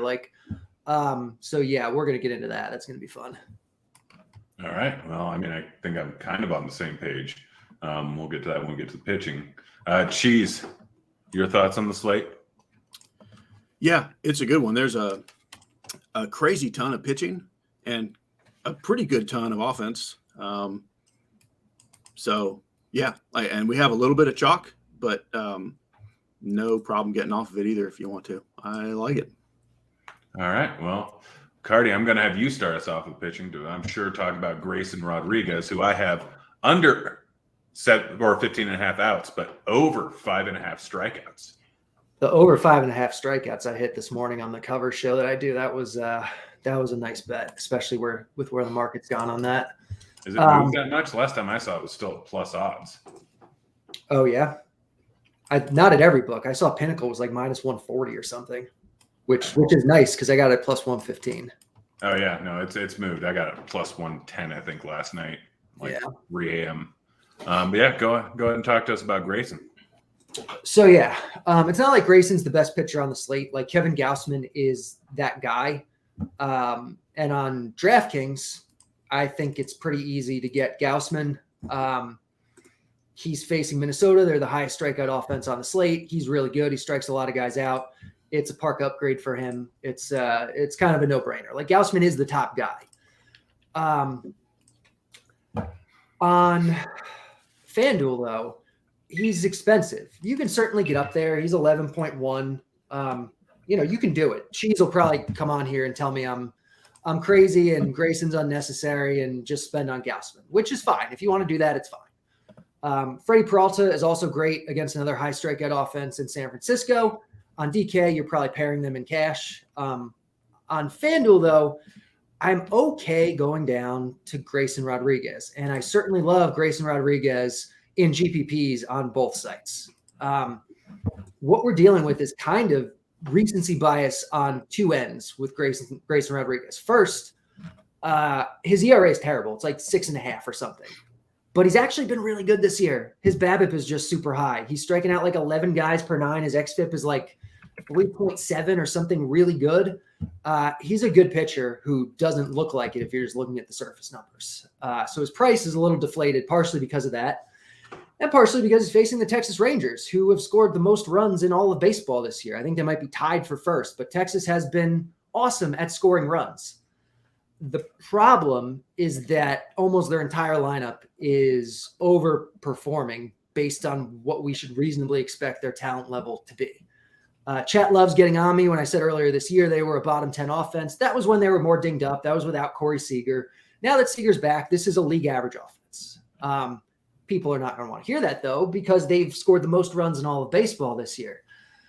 However, a lot of it has just been well-timed hits, not actually an abundance of hits, which is there's a big difference between that. So if you look at what they've done with runners in scoring position or runners on base, they've been incredible. If you look at what they've done with bases empty, they've been average. There's actually no skill differential between the two. It's just a matter of they're the team this year that has happened to get most of their hits when it's possible to score runs. That doesn't make them the best run-scoring offense in baseball. It makes them the luckiest to this point in the year, and we should expect it to regress going forward. So you look at everything. You look at projections. You look at what they've actually done under the surface. This is not an elite offense. You look at the names in the lineup, and unless you're just super recency biased, you can't tell me an offense with Josh Smith, Robbie Grossman, Leody Taveras, and Sandy Leone is the best offense in baseball, because you would be incredibly dumb to think that. So that's my spiel. Grayson Rodriguez is a good play tonight, especially at a depressed price. And I've been talking a lot. There are other guys on the slate, but I'll let Cheese talk about them. And chat, feel free to roast me however you want to do it, or tell me why I'm wrong, because if the only argument is they've scored the most runs over 6 weeks, that's not a good one.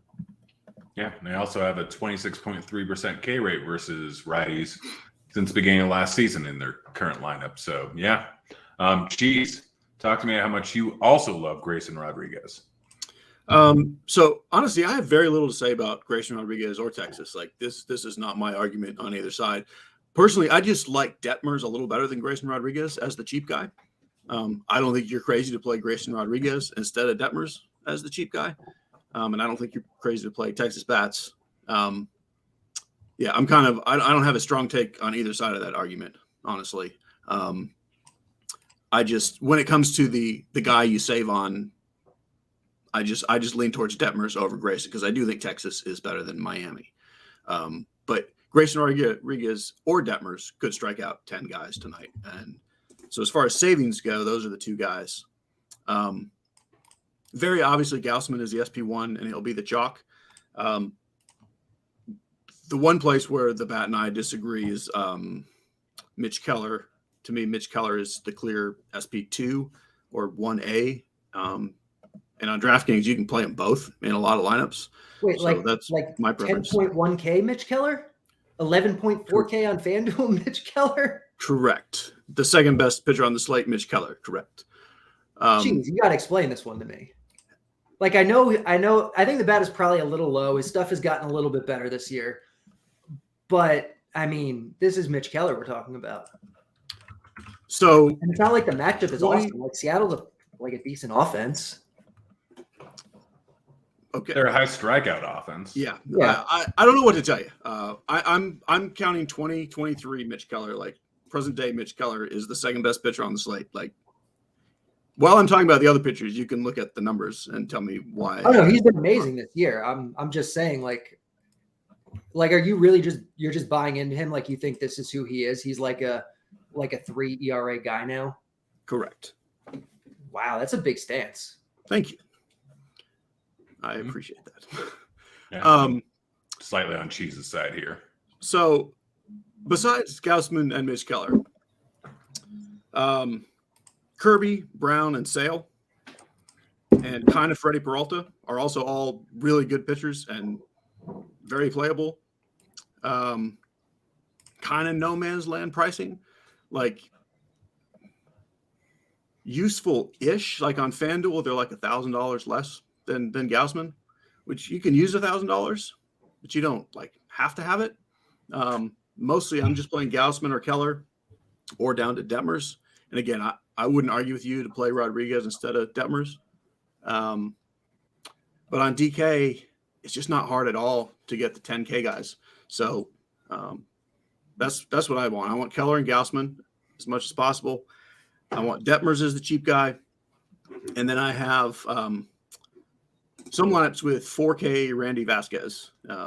That's the old, like, if you want to play Alvarez, Tucker, Trout, and Alonso, like, you have no choice but to play Vasquez and just hope he gets you 10 points. He is a good prospect.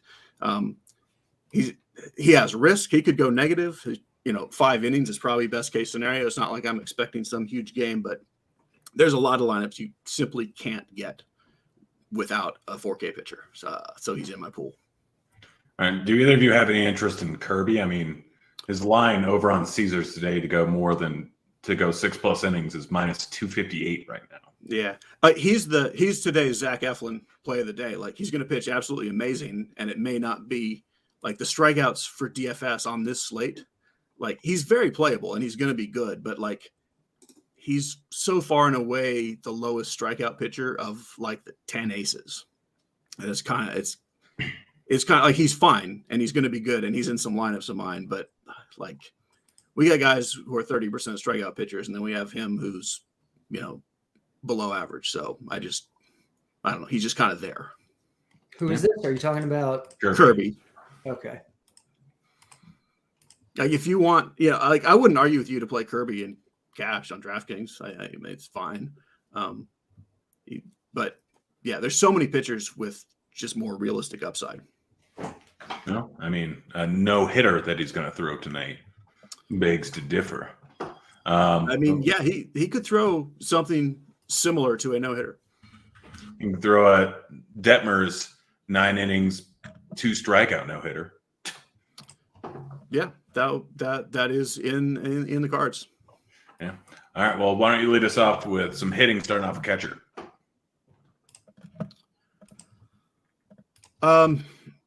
So on DraftKings, like, very obviously, Francisco Alvarez is the play. Even in tournaments, if you're not paying up for catcher, it's really hard not to just play Alvarez, whether you're stacking the Mets or not. But I do think it's interesting to go to Perez or Rutschman or Real Muto. And even on FanDuel, I actually like Perez and Real Muto more than I like them on DK, just because of the way the pricing is, even though you don't need a catcher. So Alvarez is no discount there, so I don't particularly care for him outside of stacks. But yeah, on DK, I'm not really going to overthink the Alvarez thing because you don't need to. Yeah. All right. Carney, after dropping something about Arenado in chat. Yeah, I mean, the chat is riled up a little bit. So I just wanted to, correct them. I wanted to, actually let them know the facts, which is that Arenado has been 3% better than league average this year, which, believe it or not, does not make him a good hitter this year. Just so they know. I would be So someone. this year matters, not with Texas, Yes. but with Arenado. Well, I'm just saying, Yes. I'm meeting them on their level. If they're saying, "Oh, Arenado has been so good since Carty said it," like, he actually still has only been about league average. Both you and the chat are cheating and playing either sides of the this year game. So everyone uses this small stats to make their point. Well, I mean, I'm also using predictive stats. I mean, the Bat X thinks he's Opinionated predictive stats, yes. I mean, if you want to go by after his slow start in March and April, we can go with his 152 WRC plus in May. You can't That's just you can't just throw out a month. I mean, Right, but or you a can throw out year, a month right. and a half. But the point, though, is anyone can pick out any sample size for anything they want and make anyone sound like anything. Right, but what projections do is they look at it objectively. They combine the right amount of sample size to make it the most predictive possible. And when you do that, Arenado doesn't actually look that good because the Bat X thinks he's 12% better than league average, and Steamer thinks he's 17% better than league average, which basically just makes him like above average, borderline good, but not actually great. Yeah, 12% better than league average is, that's exactly correct. I don't disagree with you at all. Oh, the Yeah. chat. You came on here and said he's the chat bad. thinks he's like the greatest hitter in the world. I don't think they do. There are some who No, do. they're coming They after you for think saying he's a he's not star good. still. They think he's a star. 12% better than league average means we agree exactly on Arenado. Oh, you and I It's definitely just that- do. The chat Yeah. thinks he's a star. I mean, 12% is a star, but yeah, catcher. Catcher, Alvarez, on to Carty. Alvarez, moving on. Oh, that's There's really it. nothing All right. else to say, catcher. Right? It All right, really is. first base then, Carty. Alvarez is cheap in cores. Like, what else are you gonna do? Yeah, first base. Pete Alonso is also in cores, and he is like, his projection is ridiculous. He's projected for like 16 and a half Fanduel points tonight, which is a lot, and it's like 3 points more than the next guy, who is Vladimir Guerrero Jr., who's very good at baseball. So Pete Alonso is the guy you're definitely playing in cash. Otherwise, you can find guys in other lineups as one-offs or as part of stacks like Vlad. I like Toronto stacks. I like Vlad tonight. You have Matt Olson, who's good tonight. You have Vinny Pasquantino, who I think is going to be kind of under the radar and a good play tonight. You have, after Alonso, it's kind of just like a cluster of like, I don't know, 8 guys that are all basically equally good. Rizzo, Goldschmidt, Olson, Harper on FanDuel. Like, they're all fine, but none of them are like great. All right. Cheese, you playing a lot of Alonso? Yeah. He's quite obviously Confirmation from chat. We have at least 2 or 3 people saying he's a star. See? Yes. So Cheese thinks you're wrong too, guys, by the way. There's a Cheese lot thinks of you're people wrong. that believe Derek Jeter is the best hitter of all time. Just because Those people say are. that doesn't mean everybody says that. They also, believe it or not, there are people who still think Derek Jeter was really good at defense and not like the worst defensive shortstop of his generation, which he actually was. All right. I have no Derek Jeter opinions for you. Other than in that movie when he got shot by Mark Wahlberg in the tunnel. That was fantastic. Anyhow, I can't remember which movie that was. Is that from Ted? Other guys. Other guy. Oh, wait, no, it might have been Ted. I they all run together because he's the same character, and I love that character in every movie. Okay. Yeah, of course I'm playing Alonso. The first baseman below him, it's like just this clump of, they're all, of course, fine. Vlad, Olson, Goldschmidt, Harper on FanDuel, Ohtani on DK. Yeah, of course. But they're not as good as Alonso. And yeah, they're not. And also first base, as far as spend ups other than Alonso, I don't think is as good as pretty much every other position other than, not catcher and second, but third, short, and outfield. I prefer spending up. So if I'm not doing Alonso, I'd rather just save money on, that's mostly on DK. Like FanDuel wise, Rizzo at 33 is someone who's on my board. But like the DK side, if I'm not spending the 5,700 or one of the guys over 5K, give me like, Meneses for 31, even some Vogelbach, some other cheap guys somewhere down here. Something went wrong. Please reload. Oh, I don't mind if I do. I'll look at my notebook, which tells me more precisely. Meneses is what it says under the line. So there you go. Yeah. All right. Carty, did you already talk about first base? Wait. I already talked about first. So Cheese, what do you think of second? Yeah, it's second base, as for always, and it's going to get really good in the rest of the positions. But second base. So Jeff McNeil would be the obvious cash game play. Certainly on DK. On FanDuel, you can make a case to go all the way down to John Birdie. I know that's what the bat likes. The bat thinks he's the best one on the slate, which is, we'll talk about that. I certainly prefer McMahon, Altuve, and Torres.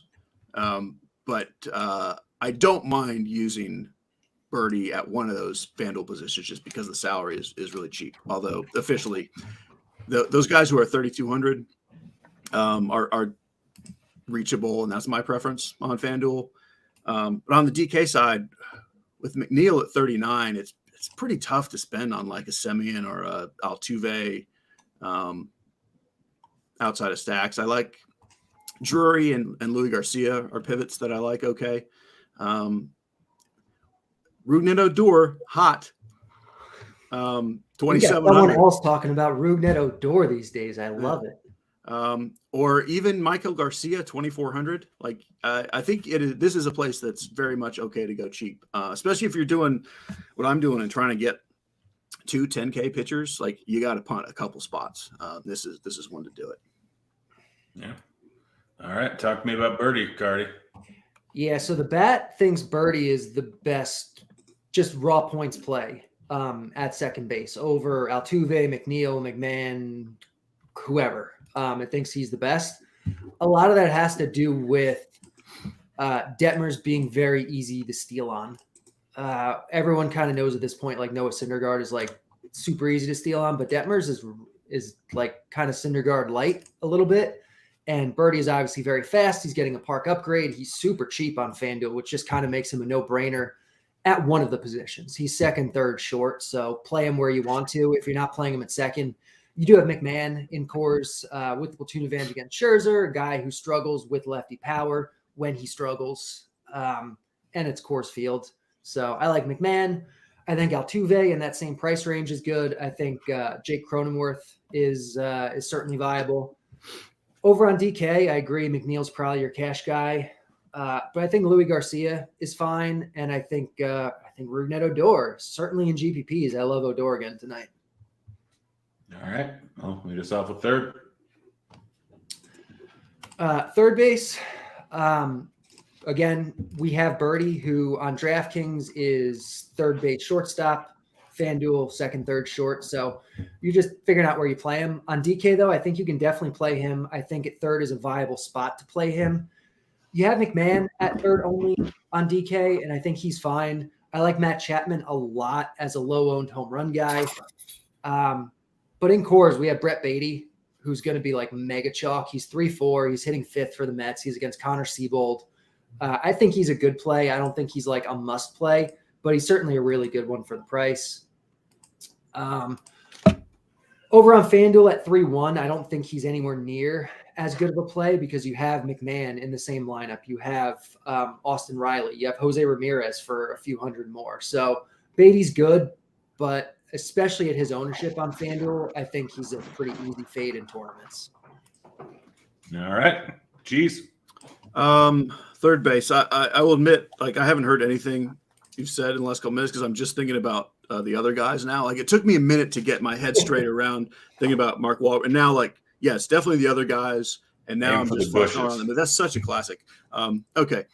But it really is when I think of Mark Wahlberg, it's like every movie just so much runs together. But I love his character in all those movies. Okay. Baseball. Third base. I still want to play Devers and just pinch hit grand slam, but man, that kind of ruined my day.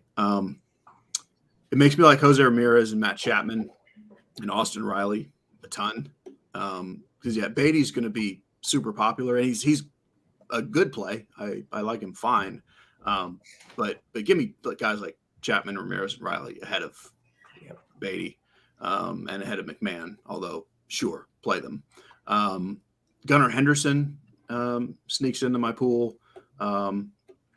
We barely mentioned Goldschmidt at first, but like all of the Cardinals, Goldschmidt, Arenado, Gorman, like they're all reasonable home run plays just because of the way Bieber pitches. He loves to throw strikes. You could get away with punting if you really want to, but that's a lot of good players. And then trying to go cheaper than Beatty is kind of goofy. I mean, like I'd rather use Michael Garcia at second, Nolan Jones in a Rocky stack maybe, but I don't think you want to goof around too much here. All right. Well, then lead us off with shortstop. So shortstop, hey, on FanDuel, John Birdie. I don't think you would use him at short anyway because you have Tatis as a shortstop. Bobby Witt is only 33 and Trey Turner is only 28. I think Turner's my favorite of that group. The Padres are kind of just a general wild card. Who knows? I mean, Vasquez could come out and be just out of his league, and they could smash. So I don't mind Padres stacks and Tatis one-offs, but I don't have any idea. Like, I feel better about Witt versus Corbin because I know for sure who Corbin is, and it's not great. So yeah, give me Witt as barely even a spend up, but or Trey Turner a little cheaper. On DK, Willie Adames becomes more interesting because he's at 3,900 versus all these 5K guys. I am playing Corey Seager, more on DraftKings. And then obviously Lindor in a Met stack, but I don't think you have to have a chalky Lindor at a loaded position. Yeah, got it. I totally agree. I don't think Lindor is like some amazing play. I think he'll be overowned. He's not as good of a hitter or as good of a fantasy option usually as guys like Witt, Trey Turner. So he's fine, but I don't think you have to play him in cash by any means. I prefer Tatis. I prefer Witt. I prefer Trey Turner also. I agree with Cheese. John Birdie, shortstop's not the place for him because you have these other guys that are so good. And I don't think you really need to mess with cheaper stuff because the high end is very good tonight. All right. And get us to an outfield, Carty. So I think it's viable to play Witt at short and Tatis in the outfield because they're both, I think, really good plays tonight. So I'm fine doing that.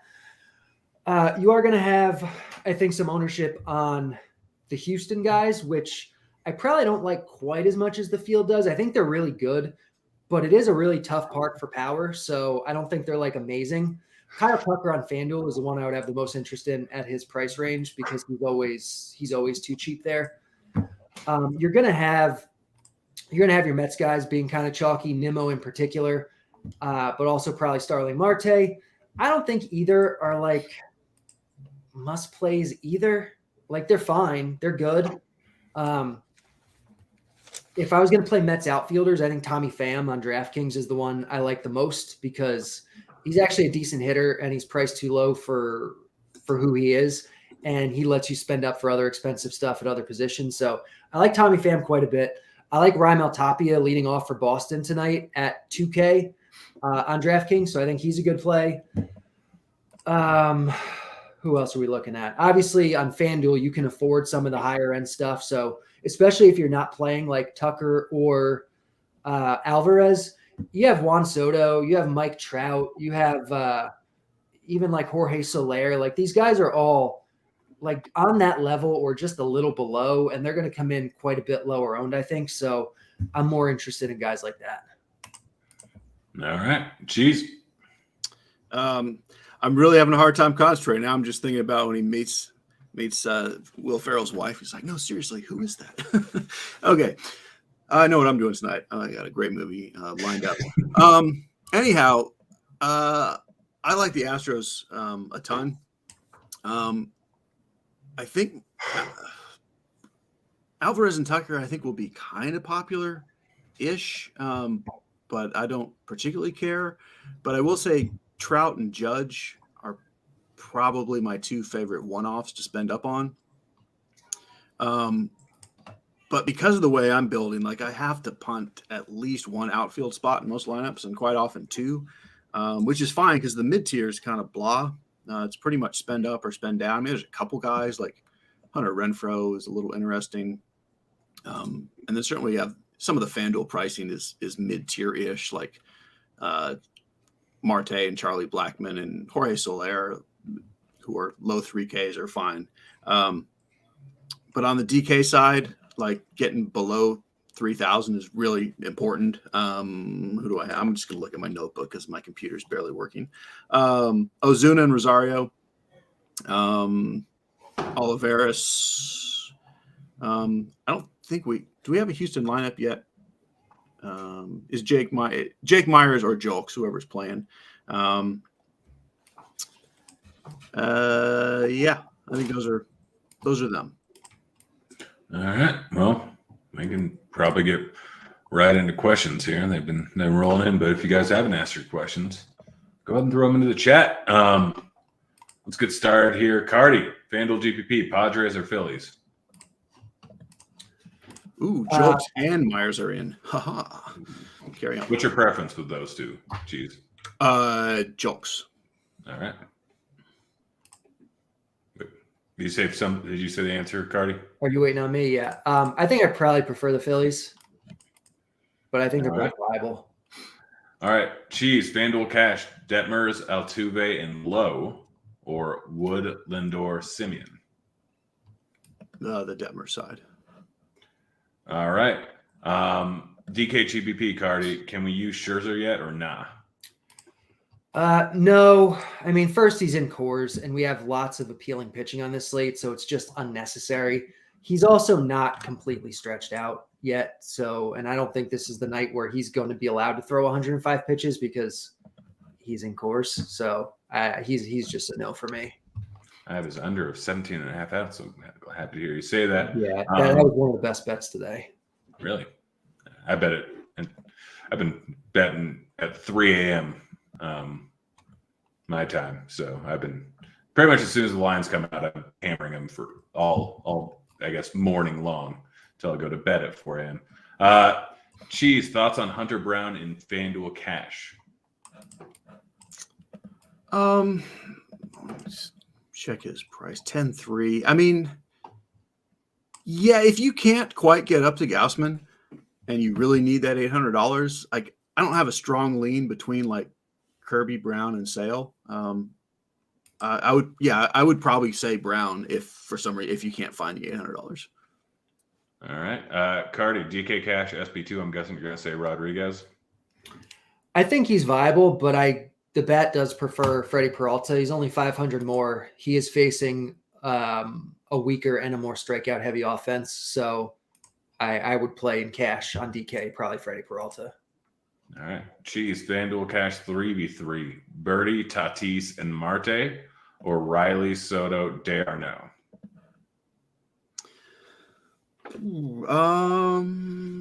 Probably Birdie, Tatis, Marte. All right. Carty, how do you feel about Luzardo on FanDuel GPPs? It's not a great spot. I think there's enough really good pitching on this slate where, like, I don't think he's as good as Peralta, Grayson, Kirby, Hunter Brown, Sale, Keller, Shane Bieber, even Detmers. You know, like I think he's unnecessary. He's fine, but he's unnecessary on this slate. All right. Cheese, DK Cash, can you rank Mets for cash? On which site? DK. Like because of position and salary, I would rank Alvarez first. I mean, certainly Alonso is the best play. So I guess I'll say Alonso, Alvarez, and then it really depends on positional needs. I don't think you have to. Dam is up there when you consider price. Like I don't think you have to say I have to have one of these other guys in cash. I think you kind of build your lineup and see where your salary and positions sit, because any of them are viable if that's the thing that fits. All right. Carty, quick pitching recap. Missed the beginning of the show. Gausman's the top guy for sure.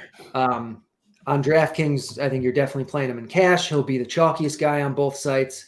On FanDuel, I don't think you have to get up to Gausman because the bet really likes Grayson Rodriguez, and you're getting a big discount on him. So I like Grayson over there. If you want to get up to Gausman or Freddie Peralta, you can. On DK, I think you probably play Gausman or Freddie Peralta, or Gausman and Freddie Peralta in cash. And then in GPPs, there's a handful of guys that are all good options. You have Grayson, you have Hunter Brown, you have Kirby. They're the ones I kind of like the most. I know Cheese really likes Mitch Keller. I think Reed Detmers at his price point is really good. So there's a lot of options at pitcher tonight. You don't have to get too weird with it. All right. Cheese, can you say the Arizona pitcher or talk about him or just say his name? Yeah, I mean, his name's Brandon P-Fat, and I can't talk about him, but that is his name. All right, then do you like Soler on FanDuel? Yes.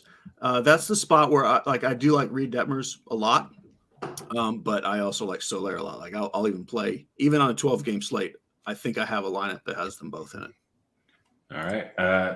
Carty, DK Cash, how do you prioritize Mets bats? I'm assuming just play all the ones you can. prioritize the cheap ones and Alonso? Yeah, I think Alvarez and Alonso are kind of like your locks for sure. I think Tommy Pham, his price is really good. And then it's kind of like what she said, like prioritize the ones that kind of fit. Like I think McNeil is good. I think Beatty's probably fine. Marte's probably fine, but like none of them are like must plays aside from Alvarez and Alonso. All right. Cheese, DK Cash 3v3, Rodriguez, Adames, and Alvarez, or Detmers, Turner, and Tucker? So that one's close. I prefer Detmers in cash. Carty prefers Rodriguez. And I think the hitting sides are close enough that I think you decide which pitcher you like.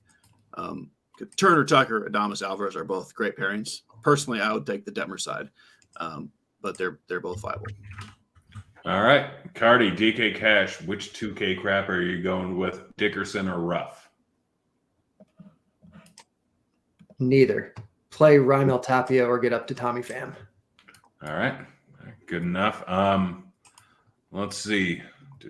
Going into the other one. Any thoughts on Dickerson, Cheese?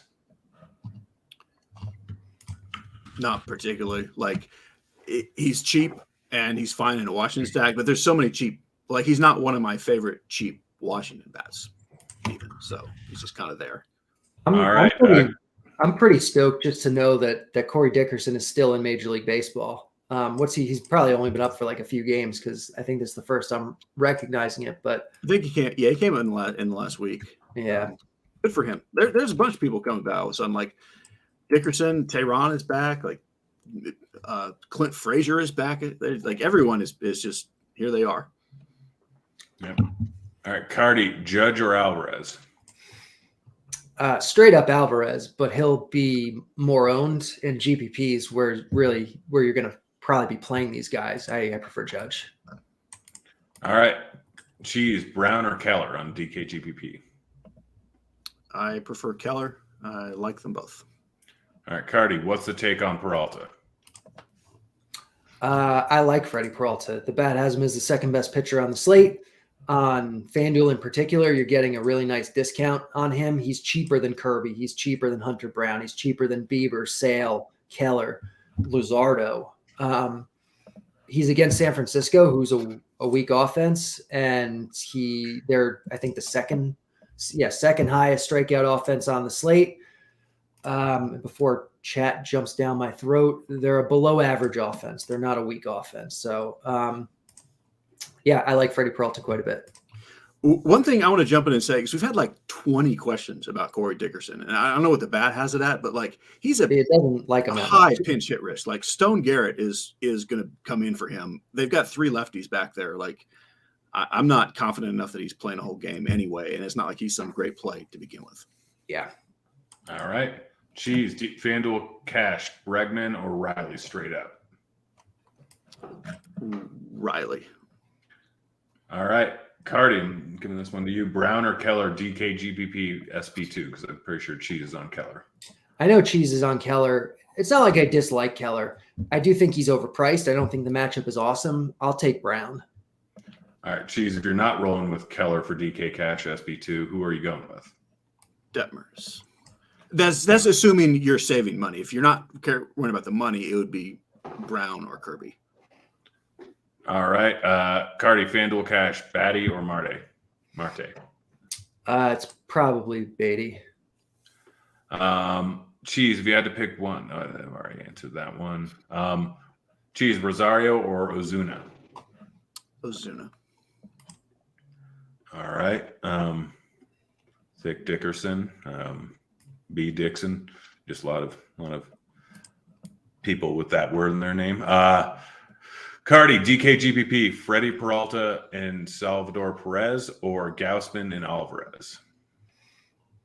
I mean, Gausman Alvarez is going to be the chalkier combo of the two, and it's clearly the better one. So it really depends on what you're doing with the rest of your lineup. But I like the Peralta Salvi one. So, do with that what you will. All right. Cheese, is Arenado in play? Yes. Gorman, Goldschmidt, Arenado. even Newt Bar Contreras, like I don't love the stack, but like home run hunting is reasonable there. All right. Carty, Fanduel GPP, McNeil or Altuve? McNeil will be chalkier. I'll take Altuve. I don't think McNeil's even that much better. All right. Cheese, DK, single entry, small field. Grayson and Reed enough to get different and both viable. He's stacking with Jason O's. Yeah, if you play two cheaper pitchers together, you're different enough on this slate. All right. Hey, Carty, DK GPP. Is Turner a good pivot up from Lindor?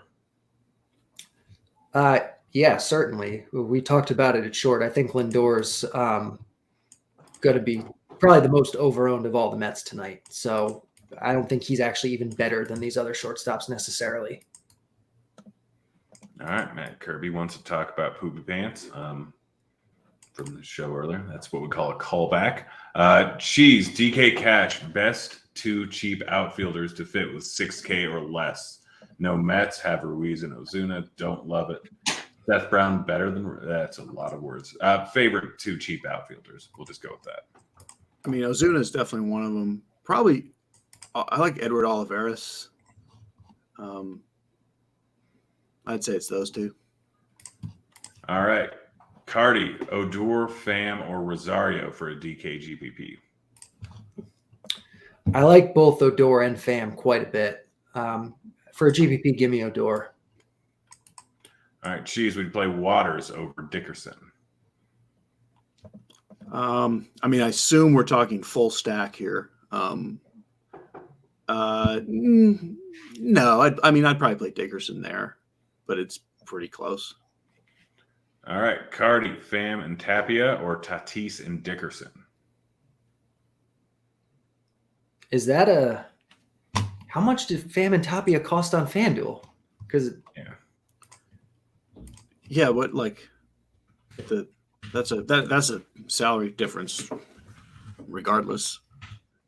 I mean, I think you have to do the Tatis one, maybe, but I mean, I don't love Dickerson. All right. Cheese, are there ever times you're biased about a pitcher and still play them in not so ideal spot anyways? I have that bias versus Luzardo. Yeah, I assume you mean like you really like Luzardo and you believe in him and you keep playing him even though it's not the best matchup. I mean, yeah, like tonight, kind of like Carty said, like there's so many pitchers that Luzardo's just so far on the outside looking in. But in general, the answer to that question is yes. All right. Carty, Riley, and Batty, FanDuel Cash, or Batty, sorry. Baby.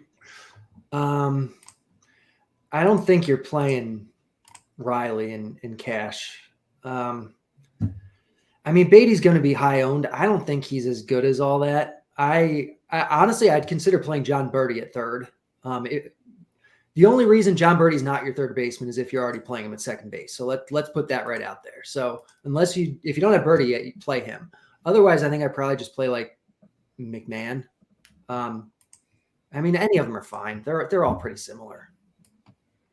Okay. Cheese, DK Cash, Lindor, or Witt?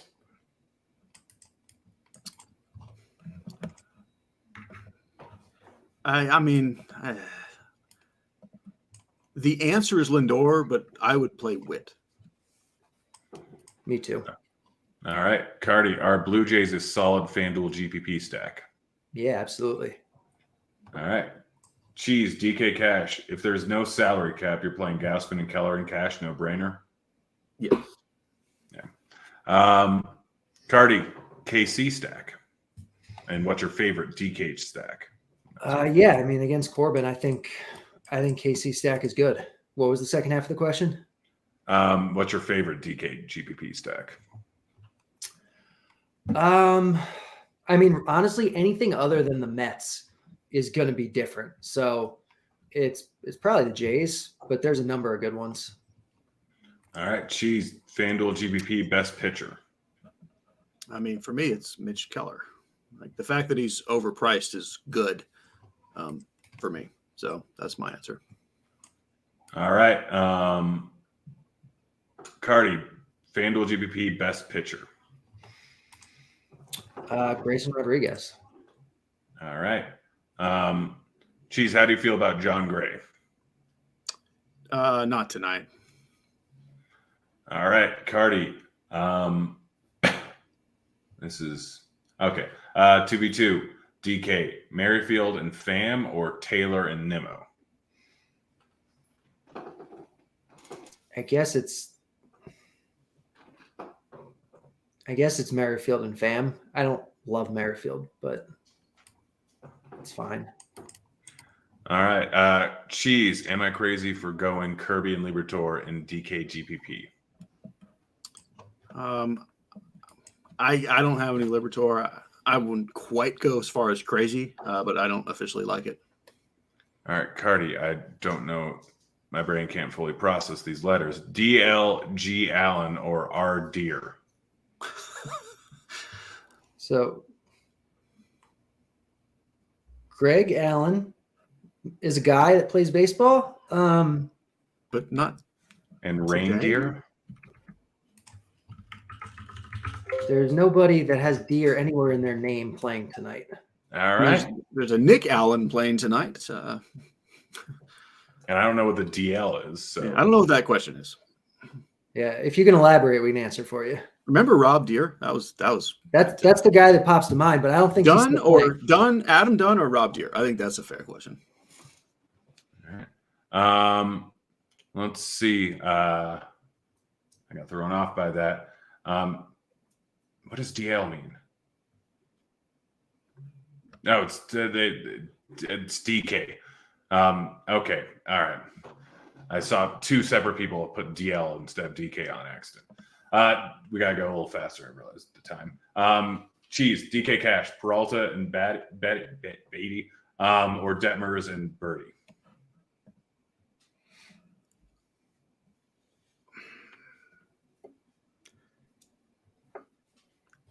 I mean, honestly, I prefer Detmers and Beatty. Okay. And Same then you have salary left. for Cheese again. FanDuel single entry. Are there contests where you're full on fading the Mets? Oh, yeah, absolutely. All right. Carty, Tucker and Tapia, or Odor and Tatis, FanDuel Cash? Odor and Tatis. All right. Waiters or Wedmere? I can't say things for DK GPP. What was the question? Waiters or Wedmere? I can't even read right I think it's Weimer. Oh, Waters or Weimer is the question. I just found it. My brain's I mean, not working. Unless they're full stacks, I can't even answer that question either. I mean, like, no. I mean, I guess Weimer. Carty, if you had to do one stack for FanDuel GPP, what would it be?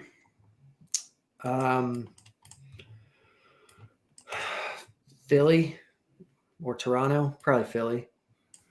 Yeah. Cheese, FanDuel Cash, Tapia or D'Arnaud? That's an interesting one. I prefer D'Arnaud.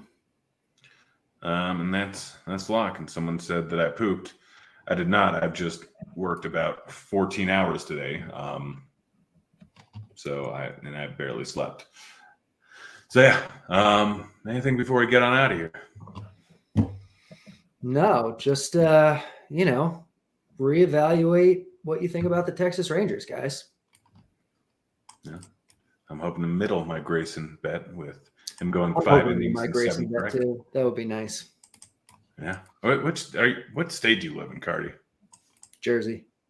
Oh, so you got betting. You got betting. Yeah, we've been betting for a while. Also, don't forget our sponsor, FanDuel. If you do like to gamble, they got $1,000 no sweat first bet up to $1,000. Like I said, so if you haven't done it, go ahead and check it out. Terms and conditions apply. Cheese, anything before we get on out of here? No, I just got to decide what I'm going to eat while I watch the other guys. It's going to be an amazing night.